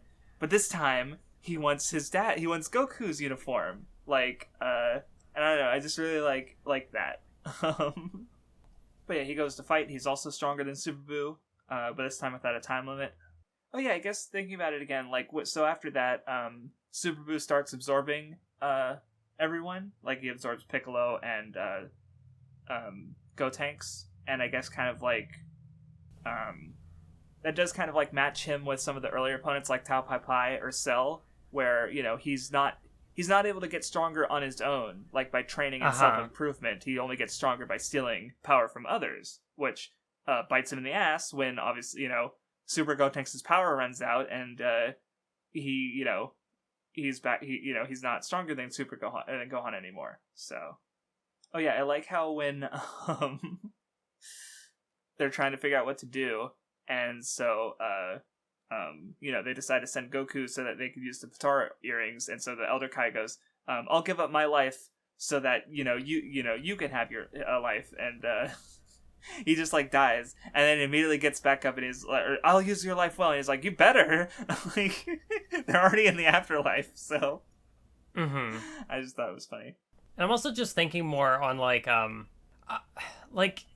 Cell did like Absorption too in his own way, but it was obviously like a very different, more like specific thing.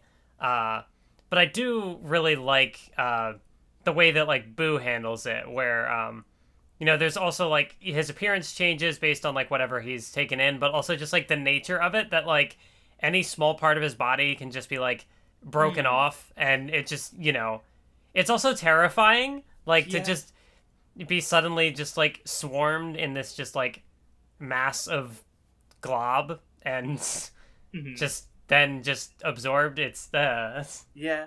Well, I also like how, he doesn't just take power, too. Like, he even mentions that he, like, wants Piccolo's intelligence, right? yeah. So, and I do, Super Buu at that point is a bit more refined, I think. So, he definitely gets it. What I also thought was kind of funny, that, like, I didn't notice, it's not until, like, Vegito is there, and he's fighting Buu. But, like, when he punches him in the face, and it's like, oh, your nose is bleeding. You looked better when you didn't have a nose. And me just, like, never having picked up that he didn't have a nose, but then did have a nose in this form. And so, like, at that point, I was just like, what? I mean, it's very natural, I guess, like, the way the design, like, changes. So it makes sense that you wouldn't even notice, right? Because it's... yeah, it's like, through absorbing all these different people, it's like he becomes more human in a way, I guess. Mm-hmm. Yeah, that makes sense. Like with more intelligence and as well, like, more human features, right? Yeah.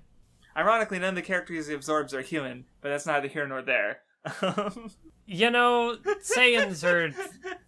well, I consider them human. They're half human, and if he absorbed 2 halves... just imagine math equations flying across my face like those gifs and stuff as I'm trying to, like, Sherlock Holmes is trying to figure out the mystery, just like, yeah. But anyway, Goku comes out ready to fuse. Oh yeah, no, I was gonna mention another thing that I thought was interesting about, like, because Subaru absorbs Gotenks and Piccolo, but he deliberately, like, it's almost like he deliberately doesn't absorb Gohan, right? Because he still wants a fight, like, he still wants entertainment, I guess. Yeah. Which was neat. And of course, once Goku comes into the picture, then, okay, now I'll absorb Gohan. Especially, like, once he loses the power he had from Gotenks because of, the fusion ran out. I do think it's a little unfortunate, just...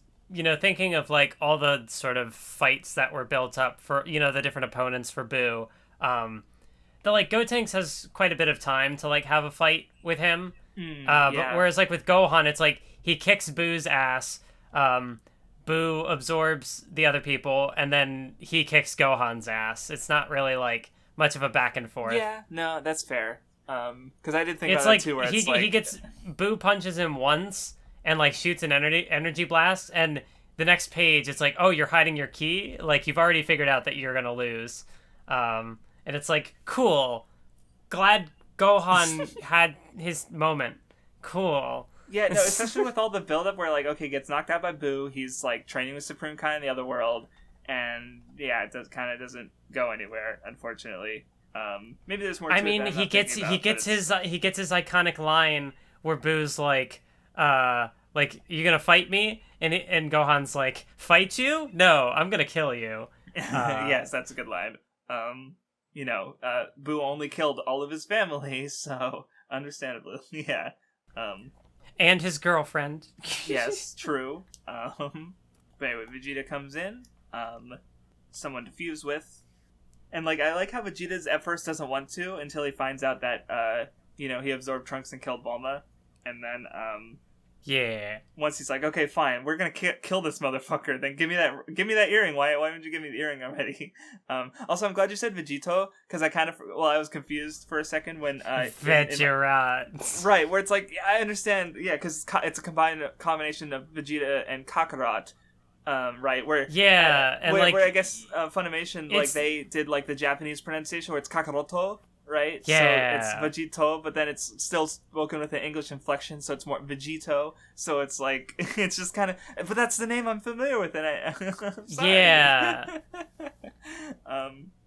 It's also just, like, Vegito scans better than Vegerat. It does. Right, that exactly. Like, I understand why that would be what they used here.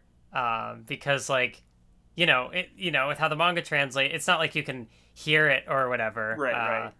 But yeah, it's just really funny. I did have to think about, like, wait, why is it Vegito again? Like, what? But then, right, Japanese pronunciation. So yeah, and yeah. Then speaking of, like, squash fights, Vegito is fucking insanely powerful. God, I mean, this is a really good one, all things considered, because, like, I especially like when he gets turned into candy, and he continues to beat my up God, Super you're Buu. just going to ignore my boy Ten Shinhan. Oh yeah, He shows up for a hot minute. Ten And Shinhan was here. saves Gohan. Or No, actually, that no, is technically he saves Mr. Satan and Dende. No, yeah, and yeah, he was able to dodge his stuff. I think he even takes a hit from Super Buu, like a kick or something like that, and it's like, oh shit, he didn't explode. That's cool. But yeah, I did skip ahead a little bit. Did you have anything else you wanted to mention before I talk more about Vegeta versus Super Buu? You also didn't even you didn't even call attention to the little panel where like Goku has that moment where it's like, oh shoot, who do I have to fuse with? Oh, and no. It's like Mr. Satan, and such a you get the cursed little image. like. You're right. I skipped that. I shouldn't have. It's. Oh no. So that reminds me. There was actually I think it was Dragon Ball Tenkaichi 2 or Budokai 2, not Tenkaichi 2. All the different fusions. Yes. So there was like a Yamcha and Tien fusion. There was a Mr. Satan Goku fusion. That one I think. You know, so maybe there was there a Dende fusion too? No, I don't think so. But you know, I like it when the games fuck around with like alternate universe kind of shit. So that like actually in the first Budokai game, I think there's an alternate one where Krillin gets absorbed instead of Android 18. So there's like a really weird like tiny cell form. What the heck? That's orange and looks more like Krillin. It's cursed. What? Yeah. I need to look this up. Go ahead. It's and I know one of the games I didn't play gave like Super Saiyan 3 forms to characters like Broly and Vegeta who didn't have them. But I never played that one, so I don't know which one it was. What the heck? You found it? This is so weird. This is so weird. It is. Anyway, back to the Vegeta fight. I do like how Super Buu uses the kamikaze ghosts. They don't work. Like Vegeta's even like. Yeah, I like the justification where it's like kids came up with this attack. Right, but Super Buu was vulnerable to it because he's also like a dumb child in his own way. Yeah. And like Vegeta's just like immediately comes up with a really easy counter that stops it. Like just a couple energy blasts, like a scatter shot. It's like, yeah, was that it? And then yeah, we get like he gets turned into candy, and then like especially when he like rips through the back of his mouth and cuts off his like antenna. It's like, god damn. Yeah, like the part. Like, that is one of the standout moments for me that I remember seeing it as a kid, was just Vegito as Candy fighting Buu. And he just beats his ass. It's really good. But yeah, of course, you know, he's still pretty arrogant and he gets absorbed. And the absorption splits him up. Okay, it happens. But you know. Another thing, like, on the topic of, like, video game stuff, I'm looking at the part here where Vegito like has his arms crossed and is just like fighting off Buu with his feet, and I remember that specifically being some of his attack animations. Yeah, and it's just so cool. It's so cool. Vegeta's really cool, right? Oh no, that's right. Did I mention it before? But because we never actually see like Gogeta, like I forgot that was an anime original thing, and I think part of the reason I forgot is because my first time watching subtitled anime was the Spirit Unleashed movie in like the early 2000s, like bootleg subbed off of a VHS, like that I was at a friend's house, or my brother's friend's house. He had a relative who had it was like Gogeta, and I didn't know what the fuck was going on. Like Hitler was there. Who's this green guy? Who's not Piccolo? I don't know that. Like I don't reckon. Like Cell would have been still going on. I'm pretty sure. And I don't. But it's like it's cool. But he turns the fuse, and they beat up Janemba, and it's really cool. But it's like it was just like thinking back. It's like, oh yeah, that was the first subtitled anime I'd seen. That was weird. So yeah. I had also forgotten that like Vegito being absorbed was like a planned thing, that like he did that to like you know, save everybody else from inside Buu. Right.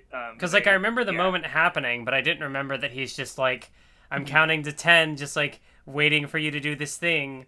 And yeah, I'm glad it splits them up, but because they're better as separate characters, even though Vegeta's good. But yeah, it's just like it just happens. It's weird. Whatever. I don't mind it. I'm sure Mr. Fusion does. If he hasn't gotten to that part. Yeah, no, he has not. Not yet. But also remember the anime had like a whole series of episodes where they're like slowly going through Boo's body, and dealing with all kinds of weird shit before they get to the pods that have everyone who's I remember absorbed. that annoying me, like when I was younger, that I'm like, oh, why aren't they just fighting? Why are they... And so now I'm like, what would I think of that nowadays? Yeah, now here's your childish grievance alleviated, right? Like they just immediately find the bodies and release everybody. Yeah. They have a little fight with Super Buu inside, before releasing the Majin Buu. Anyway, then Super Buu transforms into Kid Buu, and we find out sort of the origins of Buu, how he absorbed some of the other lords, including one that basically made him, more calm and peaceful. But now he's just back as he originally was with the because if we still consider them like childish and stuff, like Kid Buu, he's almost like he has nothing, like he has no influence. He's just like a monster of chaos, right? Completely untamed, I guess. And yeah, he just starts destroying. He gets ready to destroy the world, and Goku saves Satan and Dende over Piccolo and Gohan and them.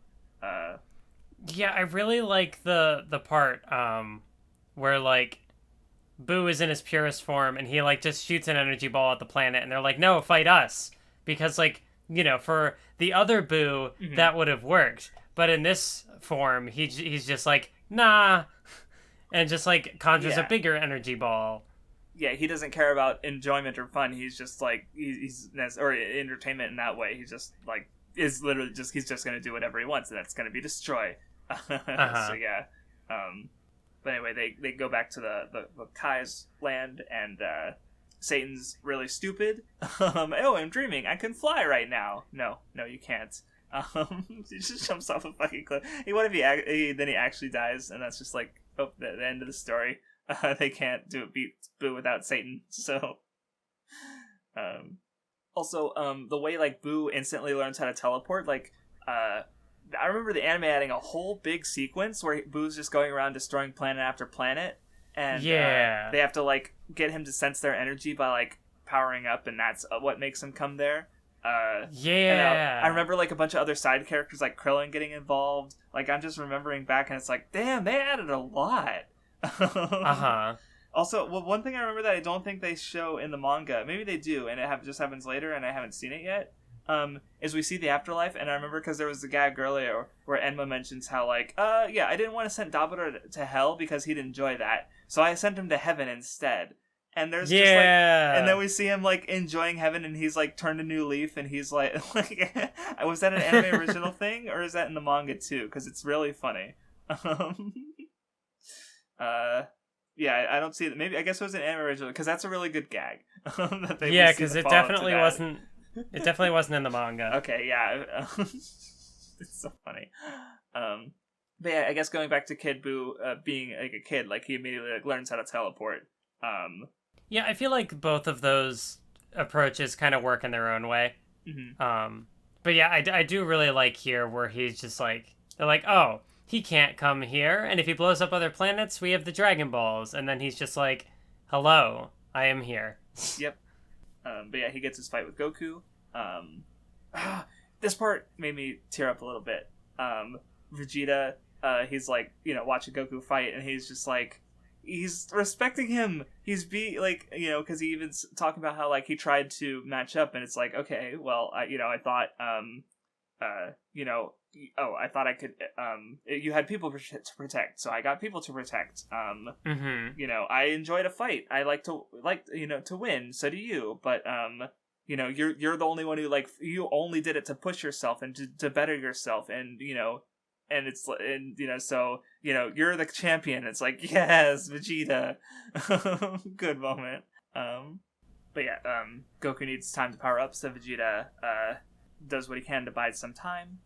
And yeah, I guess I like this because, like, Vegeta's respected Goku's strength, so he's, like, fighting here not to win. Actually, shit, has this happened before? No, I think usually when Vegeta fights, he does it to win. So this is, like, a really good character moment from him, because he's fighting for the sake of someone else fighting, rather than fighting to win, right? Like, even with Cell, like, he didn't, like, outright fight Cell, but he did join in the end for, Trunks' sake, right? To help Gohan. So, I don't know, just good little more good character stuff from Vegeta here. It's also just, like, something I'm processing now. Like, seeing Vegeta fight and, like, he's got the halo, and obviously Goku had the halo earlier.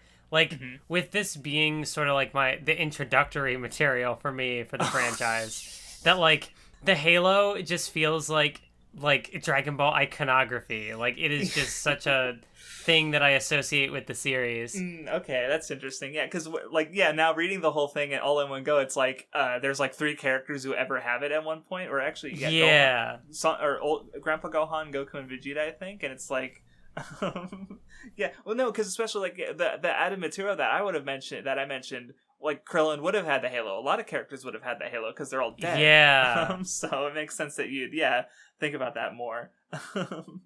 Also, real quick, I can't really, like, show you, but I will say, like, that it's kind of interesting seeing the colored chapters, because, like, he uses different, like, colorings from depending on the page or the chapter. Like, usually there's a lot of red, but then, like, at this chapter it opens with, like, there's more yellows and stuff, and it's just kind of interesting to see slight differences like that. I remember there being, like, Gohan describing his dad as, like, the guy in the yellow, and I'm like, it's yellow. Even when it's drawn, it's definitely orange. I don't know well, maybe it is like you can call it like a well, because it's like, even back in, like, the original like, tournament arc, I thought it was red at first. But then again, it's like, what are the differences between, like, how the anime does the colors versus the manga?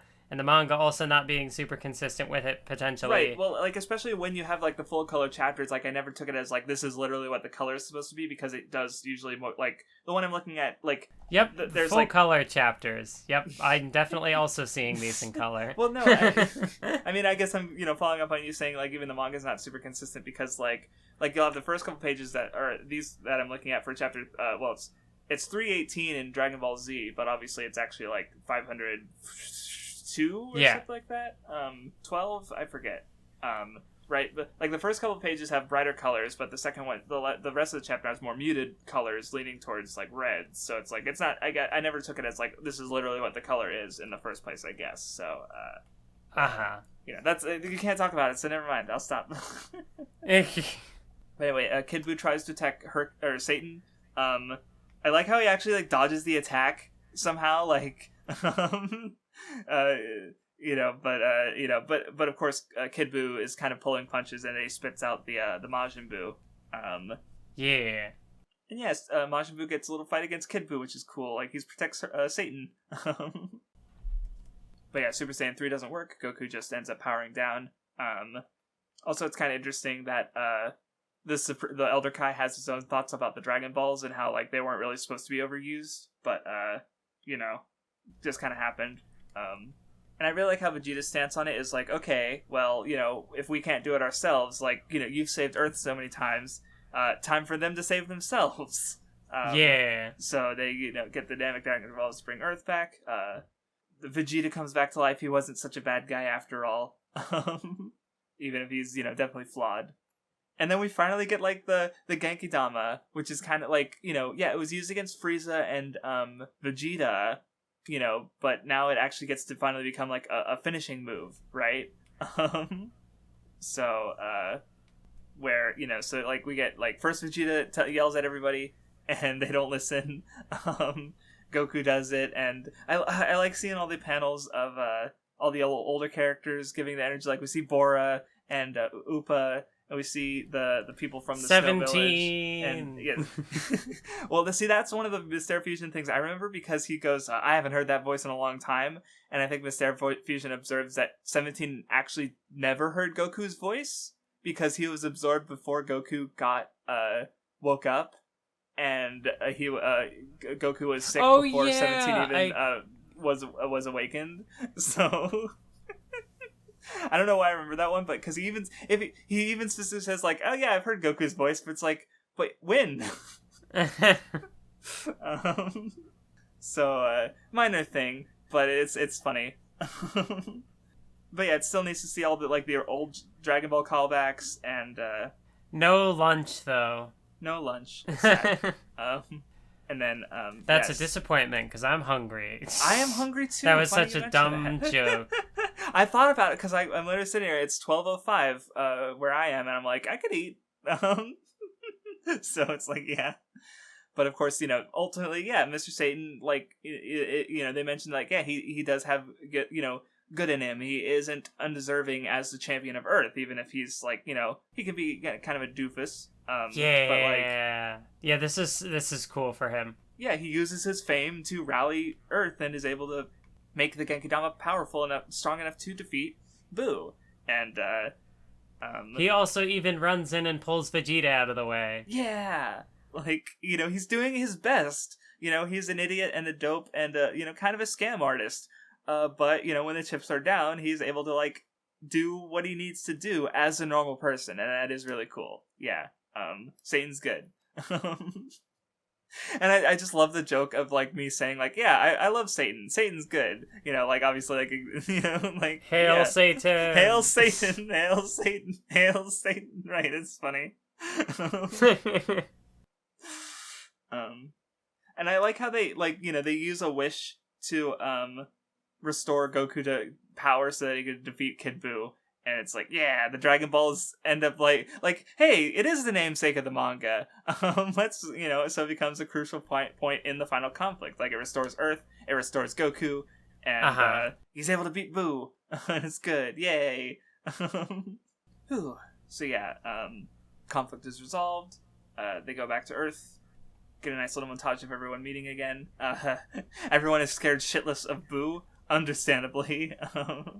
Though they do later use a wish to make it so that everyone forgets about it. It is also cool to see like these dialogue-less pages, just kind of like montages. Get everyone. Yep. It's nice. Then we time skip a bit, and everyone 10 full years. The entirety of Dragon Ball Super happens in this time period. So, out of commemoration, I read the entirety of Dragon Ball Super, even the stuff that hasn't been published yet. What do you think of the entirety of Dragon Ball Super map? No, I'm kidding. Don't think about it too hard. That the entirety of Dragon Ball Super has already happened by this point. I mean, I haven't experienced a lot of it, but it's just funny to think about. But anyway, they're deciding to go to the tournament. Because Goku says someone strong is going to be there. It's a shame, though, that like Dragon Ball Super doesn't. It takes place in between. Because I do like some of these designs. Like Goten, being not just a mini Goku is kind of interesting. Yeah, I don't know. It's cool. Yeah. Also, you get Pan, who is... I just flew around the world. Yes. She's like 3. She's small. I thought I also remember seeing something in the anime, like when they do the tournament, where like she like beats up Goten or something. Like they have a match in the. Really? I don't remember if it was a tournament thing. I don't remember. I do not remember that at all. So it has been a while since I watched it, to be fair. But or maybe I don't know. You watched it. It was a while ago. So yeah. It's also just kind of like interesting that like, Pan is both like Goku's granddaughter, but then also like he takes her to see Mr. Satan, and it's just like, oh yeah, huh? Yeah, her grandfathers are the strongest people in the world. One allegedly, and one factually. the two saviors of Earth. Right. But anyway, so yeah, they go to the tournament. I like how they get like front row seats, and they're just like really embarrassed about it. Yeah. So yeah, Goku rigs the tournament with Buu's magic because he doesn't give a fuck. And we get the final chapter. Which is I think I mentioned this a couple times before. I think there's only like 4 full color final chapters in the entirety history of Jump. Naruto, Dragon Ball, I want to say Ring ni Kakuro, and one other that I can't remember. Slam Dunk. I think those are the 4. So it's like it's a real like it's like kind of an honor when a series gets one, and I got the colored pages in my BizBigs, so I get to see that full colored chapter. I just like I think Naruto is the first one that we read, obviously, but this is the second one, and unfortunately, Ring Nikakuro isn't fully translated, and Slam Dunk isn't a Nen Show title anyway. But I do think One Piece is gonna get one. I would be shocked if it didn't. Right, because One Piece is kind of important, but in 2035. So I don't know, just something I feel like mentioning because this is the first, we one of the ones we can read, so but anyway, I like the bit where the one guy gets like really uppity with Vegeta, and Vegeta just like one shots him, and he's like, tell them when he's withdrawn. Like, I mean, that's how the fight was going to go anyway. And then, of course, Pawn gets a fight, where she just, like, takes this mountain of a man down easily. And she bows because she is polite and good. Yes. Anyway, then we get Goku versus Oob. And it caps off Goku's character really well, I think. Because, like, how I read the whole passing the torch thing is, like I mentioned earlier, like Gotenks is kind of like he's an extreme where he enjoys fighting, but he also can't take it seriously enough, which screws him over against Buu. Where Gohan doesn't enjoy fighting at all, but he is able to take it seriously and get serious. Where with Goku and Oob, they're able to do both. Like Goku is like it's mentioned when he's taking Oob away that he's like this is that's the happiest I've seen Goku in a long time. Having this person he can train who can potentially match him and, allow him to push himself further and maybe reach his limits.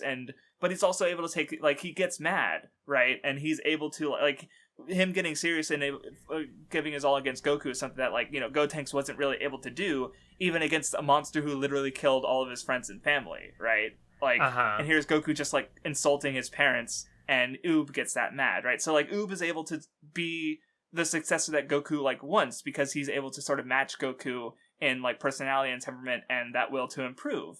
And, it's good. It caps it off nicely. I like it.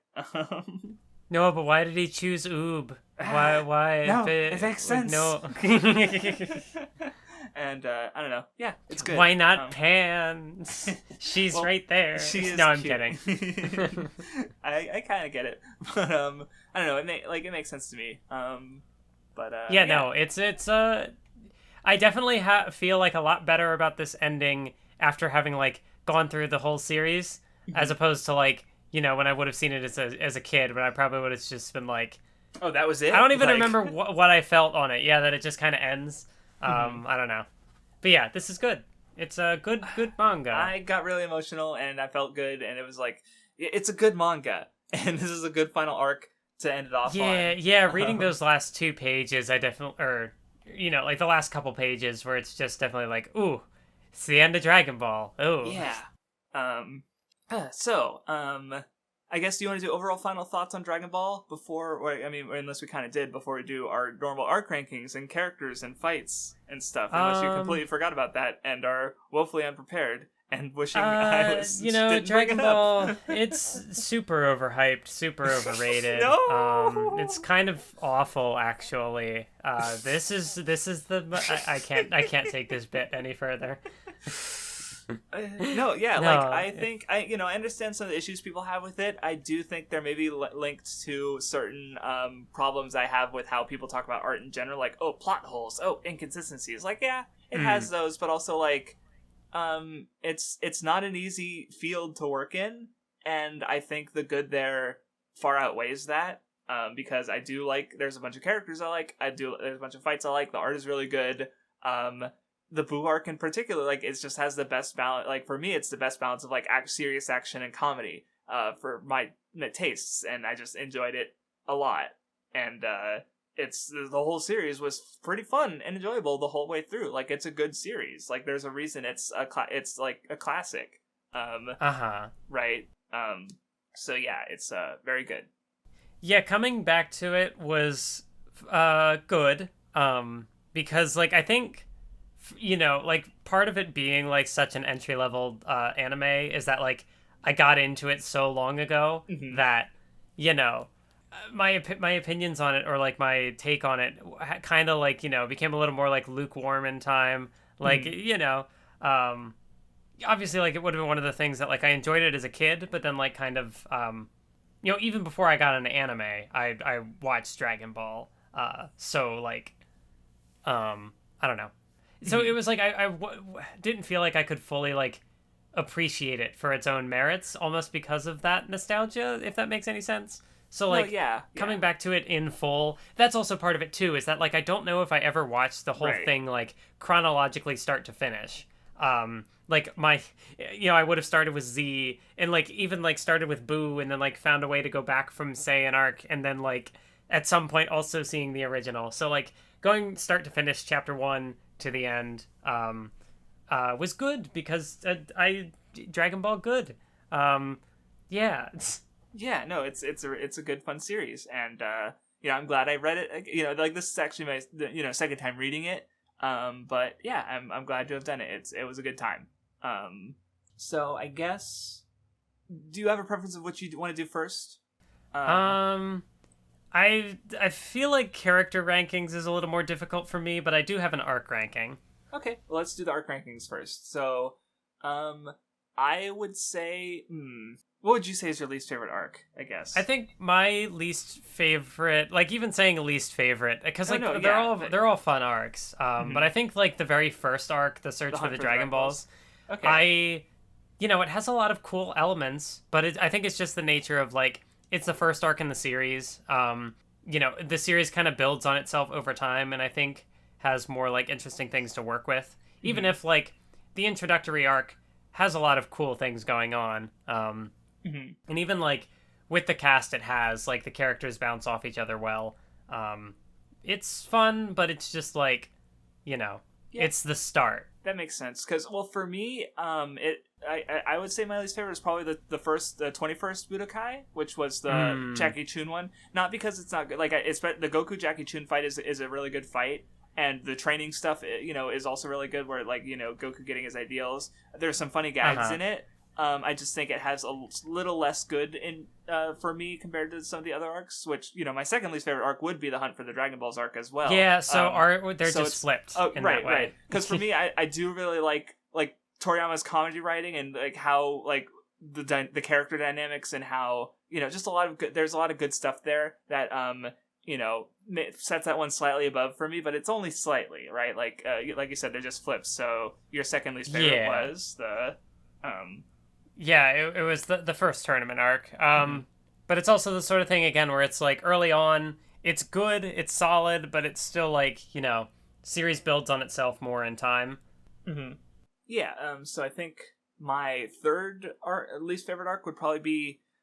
See, at this point it gets really tough because but I would maybe say the 22nd Tenkaichi Budokai, which is the Ten Shinhan one.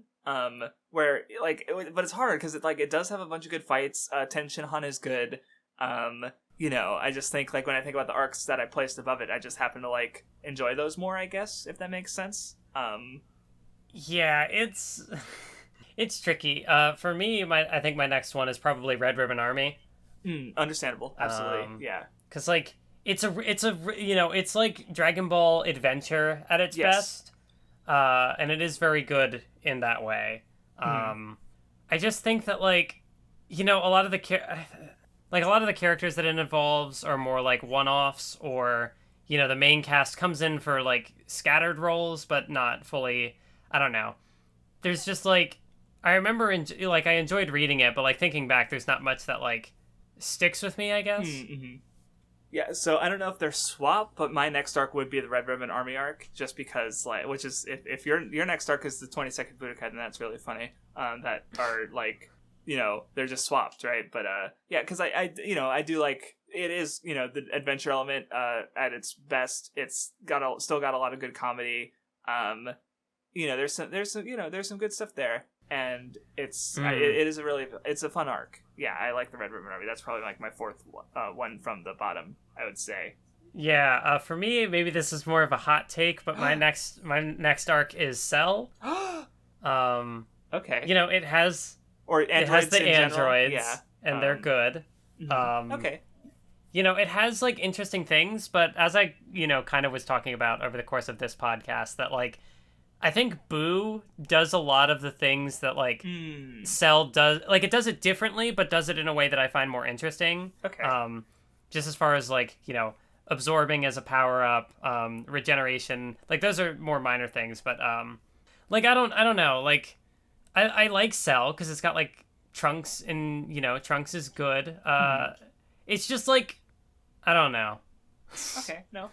It's just like I don't know. At this point, like all the arcs are kind of like they're all pretty close. Like it's just I have like my top 3 or 4 arcs, and then it's like the midsection is just sort of like they're all kind of. I've in the literally same changed it like 2 times. By the way, like since talking about it, like I've made changes already. Like literally as we're talking about. Yeah, I think that's also part of it too. Is like I don't know how super committal I am as far as like at least like I have my favorites, and then there's like, you know, the middle one, it's like placement isn't even really that big of a deal. It's just kind of like this is where they are.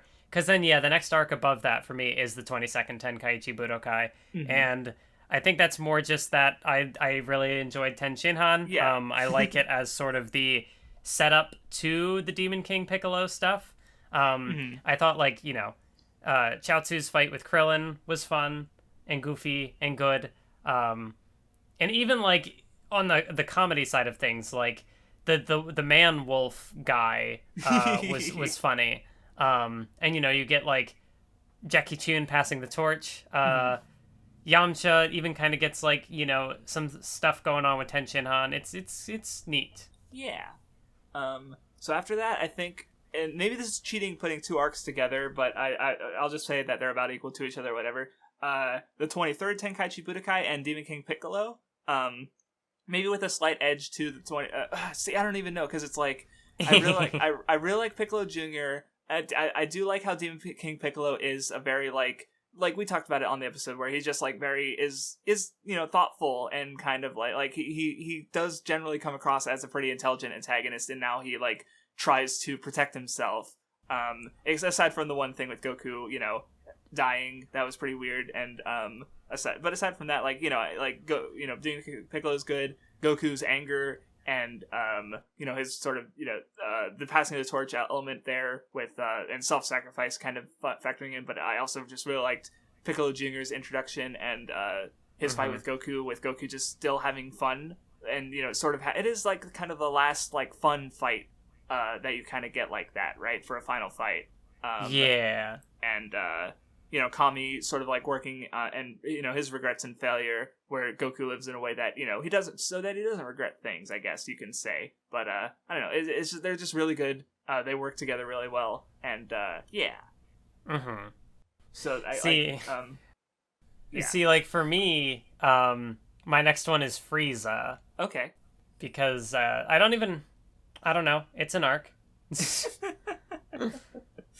It's funny that you like that one more than a lot of the ones you said so far, but those ones you had more good things to say about, and this one you're just like, Namek. We recorded a podcast about it. That's funny because my next one is also Frieza. So well, I guess I have it slightly above you, but you know, yeah, I think, you know, lots of good character stuff. I think the antagonists work really well, especially, you know, this is where Vegeta starts to have his like turn, and having like these antagonists to work as foils for Vegeta and how it used to be, and now that he's now surpassed, it works really well. You know, you got good stuff for Goku, and Piccolo. It's good. It's a good arc. Yeah. So then for me, above Frieza is the 23rd tournament. Okay. Because Piccolo Jr. is good. It's kind of like the send off for like a lot of the elements of early Dragon Ball.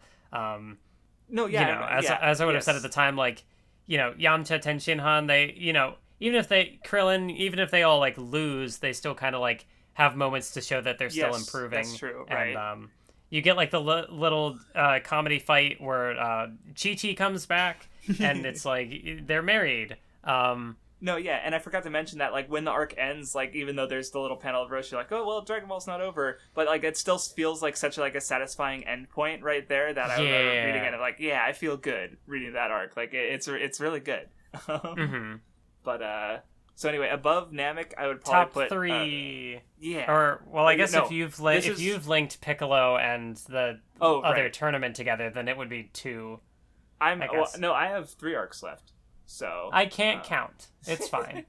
No, it's fine. So anyway, my number 3 favorite arc would be the Saiyan arc, where like the Raditz stuff is good, but especially for like what it does after that with Vegeta and Nappa, and the general like gradual like encroaching despair as they kill everyone before Goku arrives, and then just the way the two sides just like wear each other down for chapters, right? Yeah. And alongside just like it's just really interesting to read, and I didn't quite get that from any other arc, even if they do have these like long fights, and Vegeta's really good, Goku's really good, Gohan and Piccolo Piccolo dad is a good dad.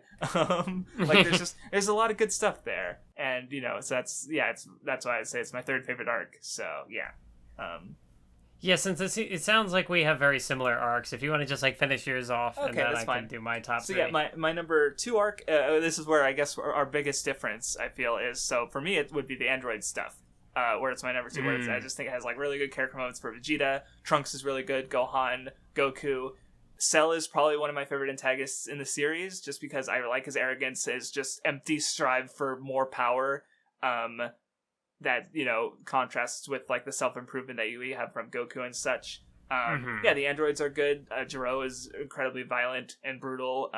19 exists. 7 and 18 are little shits. I like 16 actually. He likes birds. And just lots of good moments, and it is good. I like the Cell arc a lot. And then number 1, yes. Buu. We just went over it. It's got my favorite moments of the series. It's got Majin Buu is like, as an antagonist, Buu is my favorite antagonist in the series. Even if as characters, I do like Vegeta and Piccolo more. Like I said earlier, there's just so many good moments. I teared up when Vegeta gave his little speech about Goku in the final fight. The ending made me feel good. Like, it's just like, it's funny. It's the best mix of action and comedy when it comes to my tastes.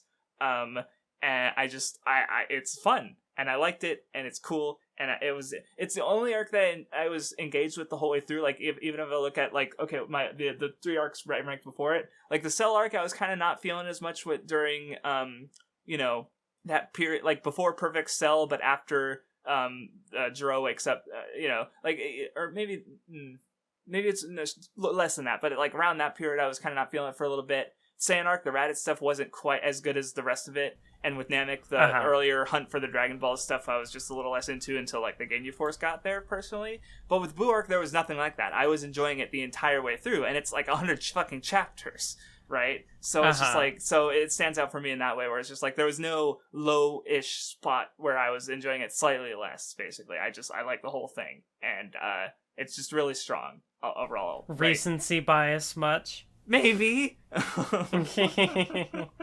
Anyway, so yeah, that finishes out my arc ranking. So go ahead and finish out yours. Yeah. So then my top 3 are number 3 Buu, number 2 Demon King Piccolo, and then number 1 the Saiyans. Okay. Yeah. Buu is a good conclusion to the series. It's the arc I have the most nostalgia for. All the different iterations of Buu are interesting in their own ways. The new characters who are introduced, like Videl and Goten and Trunks, are cool. There's a lot of like interesting sort of like themes going on that you pointed out that I didn't even realize about, like, the comedy and stuff. Like it's there, it breaks up the tone, but it's also there in like it adds to the stuff. And yeah, it also gets like really cool callbacks for older members of the cast. Like, Krillin gets to fight the jobber guy. 18 has a moment to shine, which is cool. It's good. And Then I have Demon King, which again, like, these three could also maybe be kind of like switched around, but they are like a step above sort of the everything below it. 4 and down, right? I gotcha. But yeah, Demon King Piccolo. It was I feel like the first stretch where I was like really, like, ooh, like Dragon Ball. Like, this is really getting into like the, where the series starts to shift into a more like serious, more like action, save the world sort of oriented story. The whole stuff with like the Muten Roshi send off is well handled, and I appreciated that. Again, like building off of Ten Shinhan's character arc with like a martial artist like strength and stuff, and Goku versus Piccolo was cool. Really just like, I think still my like single favorite like stretch of chapters is the rise of Demon King Piccolo, where like, the cast are moving around trying to like get things in place and try to like not beat him by strength, but have like the the seal thingy. Yes. The rice cooker. And it's just like the coolest section as far as like building up an antagonist was for me. And then number one was the Saiyan arc, because all the reasons you described, and also just Vegeta's a good antagonist. His dynamic with Goku is cool. And also like the way the cast is handled as far as like dying off to build up the like severity of the threat, in contrast to like a more like tournament setting or whatever, was neatly done. It's cool. And also Piccolo gets to be a protective boy, the soft boy Piccolo. Yes. Dad. So I guess next off we'll do characters. So I'll just like run through mine. It's hard to pick a favorite, honestly. I don't know if I have a favorite, because like I like them all for my top 5 for different reasons. Goku is he's always fun. I like his just general like ideology that he kind of like practices that he would learn from Roshi, but it's still like he just generally he wants to be better, and that's good. And he's dope, and I like that kind of good and dumb. I like that kind of character as established. Like Goku's really good. Vegeta is kind of like the free space as far, because I feel like he's generally like the most respected character in the series, and that's for a good reason. He is really good. He's a great rival character. He's great as an antagonist in the Saiyan arc. He's got a really good character arc, and Vegeta's really good. He's at the center of like one of the more emotional moments of the series for me. So it's like Vegeta's really good. Piccolo Jr. I also really like. He's Gohan. He's a father figure to Gohan. I like how he has more brain cells than the rest of the cast. Just gets lots of good moments with him kind of like reconciling with his race, and being better than his father, Demon King Piccolo. There's just like even as a villain he was good in the 23rd Budokai. I like Piccolo quite a bit. And then after that I would probably say Cell and Buu, who Buu is obviously, like I said, my favorite character as an antagonist in the series. All iterations of I'm kind of counting all iterations as like the same, I guess, in this case, because they're kind of it's different but the same, right? I feel like I talked about Buu a lot. And then Cell, I think I really like his just arrogance and how he kind of works as like a contrast to the characters he's taken his DNA from. The bug form is creepy, and he's just got a lot of presence, and I like Cell a lot. So with honorary mentions to Master Roshi, who's a really good mentor figure. Ten Shinhan also has a really good character arc, even if he didn't like quite break top 5 for me. And Mr. Satan has so many good moments in the Buu arc that I had to mention him. Those are my characters. So for me, it's all kind of just like a free space, because like deciding on particular favorites is tough.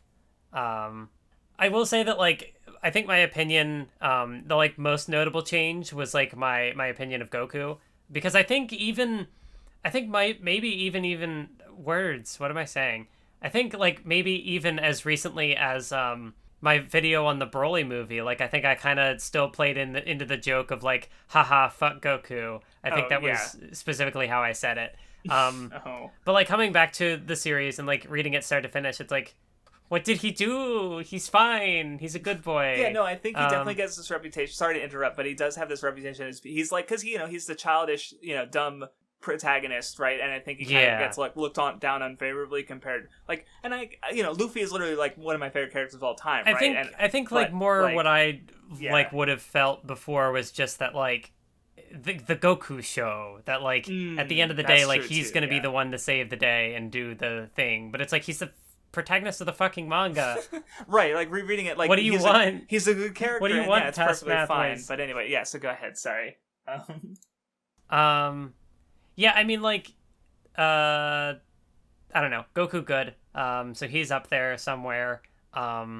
See, like, this is why also I don't want to put a ranking on things, because we'll have another like Datara Naruto moment where it's like the character I like aesthetically, where I'm just like, sure, he's my favorite, when that's like, he's not the most interesting character in the series, but whatever. Revival of the Mathwiz aesthetic character meme? Well, yeah, 17 and 18 are definitely they win the like aesthetic character award. Yay! No, that's understandable. Both of them, because they're pretty similar design wise. Except like I like 17 has his little scarf and that's cool, and 18 has like the jacket and like that it's good. See, and another character that like new appreciations for, like I really did enjoy Videl this time, but it's also like I don't feel right like saying like, oh, she's one of my favorite characters, because like she's not around long and doesn't do a whole lot. So it feels like, oh, you like these nothing characters in comparison. Oh, no. Well, not nothing, that's disrespectful, but like, these minor side characters you're focusing on as opposed to like the main characters of the manga. But no, I did like Piccolo. Overall, like, he had a good consistent role beyond his introduction. One of the few side characters to not sort of like fall to the wayside. Right, even if it did power wise, he's still there in the last arcs doing stuff, right? So yeah, it's good. Yeah, so like Goku, Piccolo, Ten Shinhan is also kind of in there somewhere, even if he was one of the characters who fell to the wayside after the Saiyan arc. But like, yeah, his initial arc was cool. Fucking Vegeta is like, I don't know. I liked adult Gohan. Yeah, that's true. Adult Gohan was really good. Yeah. And yeah, Buu is cool as an antagonist.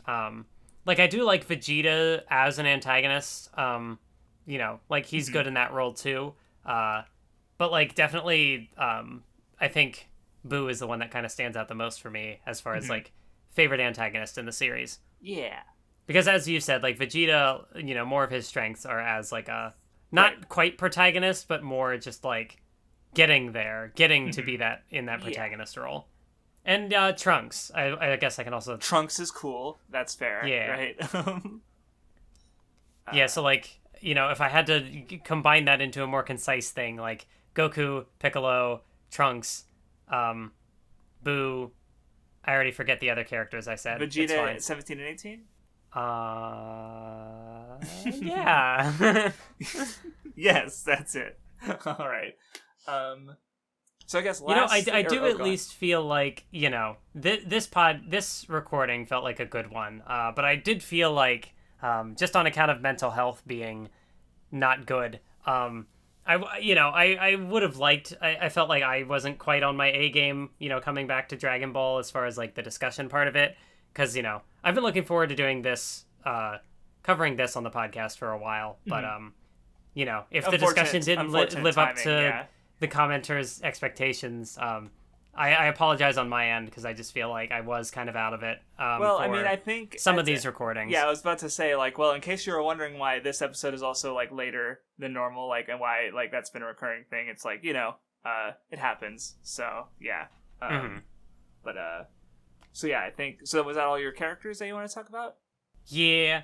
All right. In that case, fights. So I'm just gonna go through. Shit! I forgot we do this. I know, right? Well, we didn't even do it on One Piece, I think, but we were also strapped for time anyway. So, But anyway, so I think my favorite fight still has to be everyone versus Vegeta. Yes. It's most of the arc, or at least it's most of that half of the arc, rather, it feels like, and it's really good for all the characters involved, and there's just lots of good stuff in it, and it has to be my favorite fight in the series. After that, I don't think they're ordered, but Gohan versus Cell has some really good stuff. The Father-Son Kamehameha is really cool. The final battle against Kid Buu, like, again, it has that emotional moment. It has everyone coming together, Earth saving itself through Goku, basically, with the Dragon Balls are, a thing. Goku versus Piccolo Jr. is just them having, Goku's having fun, and, he's, like, Piccolo Jr.'s trying to be evil, but he can't be evil because he's not his father, and it's, I don't really have a top 5 in that way because I don't know what my 5th spot would be, but I do have a bunch of honorary mentions. Goku versus Jackie Chun is a really fun fight. Goku versus Tao Pai Pai is notable, I think, in like kind of ways it marks sort of it's the first serious fight almost, I feel like. Mm-hmm. King Piccolo versus Goku is another good one. Like Goku just doing it, fighting his heart out. Goku versus Frieza is really stand out. And Super Buu versus Gotenks is just like such a there's so many creative things going on in that fight. That might be like one of my second favorite from the Buu arc, I think. So that's just a quick run through of all the fights that I really liked. Yeah, I do think I agree that like of the Buu fights, Gotenks is like the most interesting one. Mm-hmm. I did really like Goku versus Demon King Piccolo.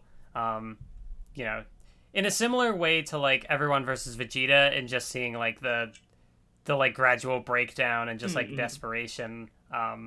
And yeah, Goku versus Piccolo Jr. is also very good.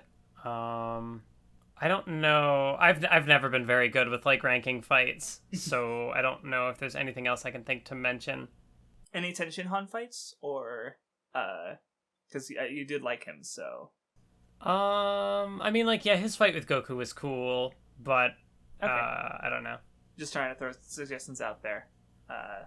Yeah, I'm not sure if anything else is coming to mind, unfortunately. Okay, that's fine. Well, yeah, so that, I mean, I say that covers it for Dragon Ball, but this is the first time, I think, that we're finishing a series, but then we're also continuing the series, because next time we're starting Dragon Ball Super, kind of. I do think we're going to talk about Space Patrol Jaco, but it's not going to be in the normal format. I think I'd like to read it, because it introduces a character who's, like, recurs throughout, so we should be familiar with him, but I think we're going to do it kind of like we did like Level E and stuff, where we just talk about it more generally at the start and before going into the more detailed discussion about Super.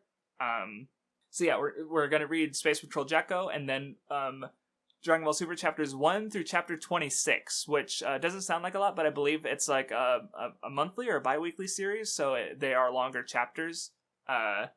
Yeah, I don't expect going from Dragon Ball, which is notably shorter chapters, to longer chapters. Oh boy. I hope it goes well. Like I mean, we'll talk about our history with Super maybe a little bit, but I don't know. I don't history with Super? I have a little, but it's like I mean, I've seen the movies, but yeah, in my case, it's like I don't expect to hate it, right? But it's also not. I don't expect to like it at the same level as I like Dragon Ball. So we'll see how it goes. So yeah, thank you for listening, and we will see you next time.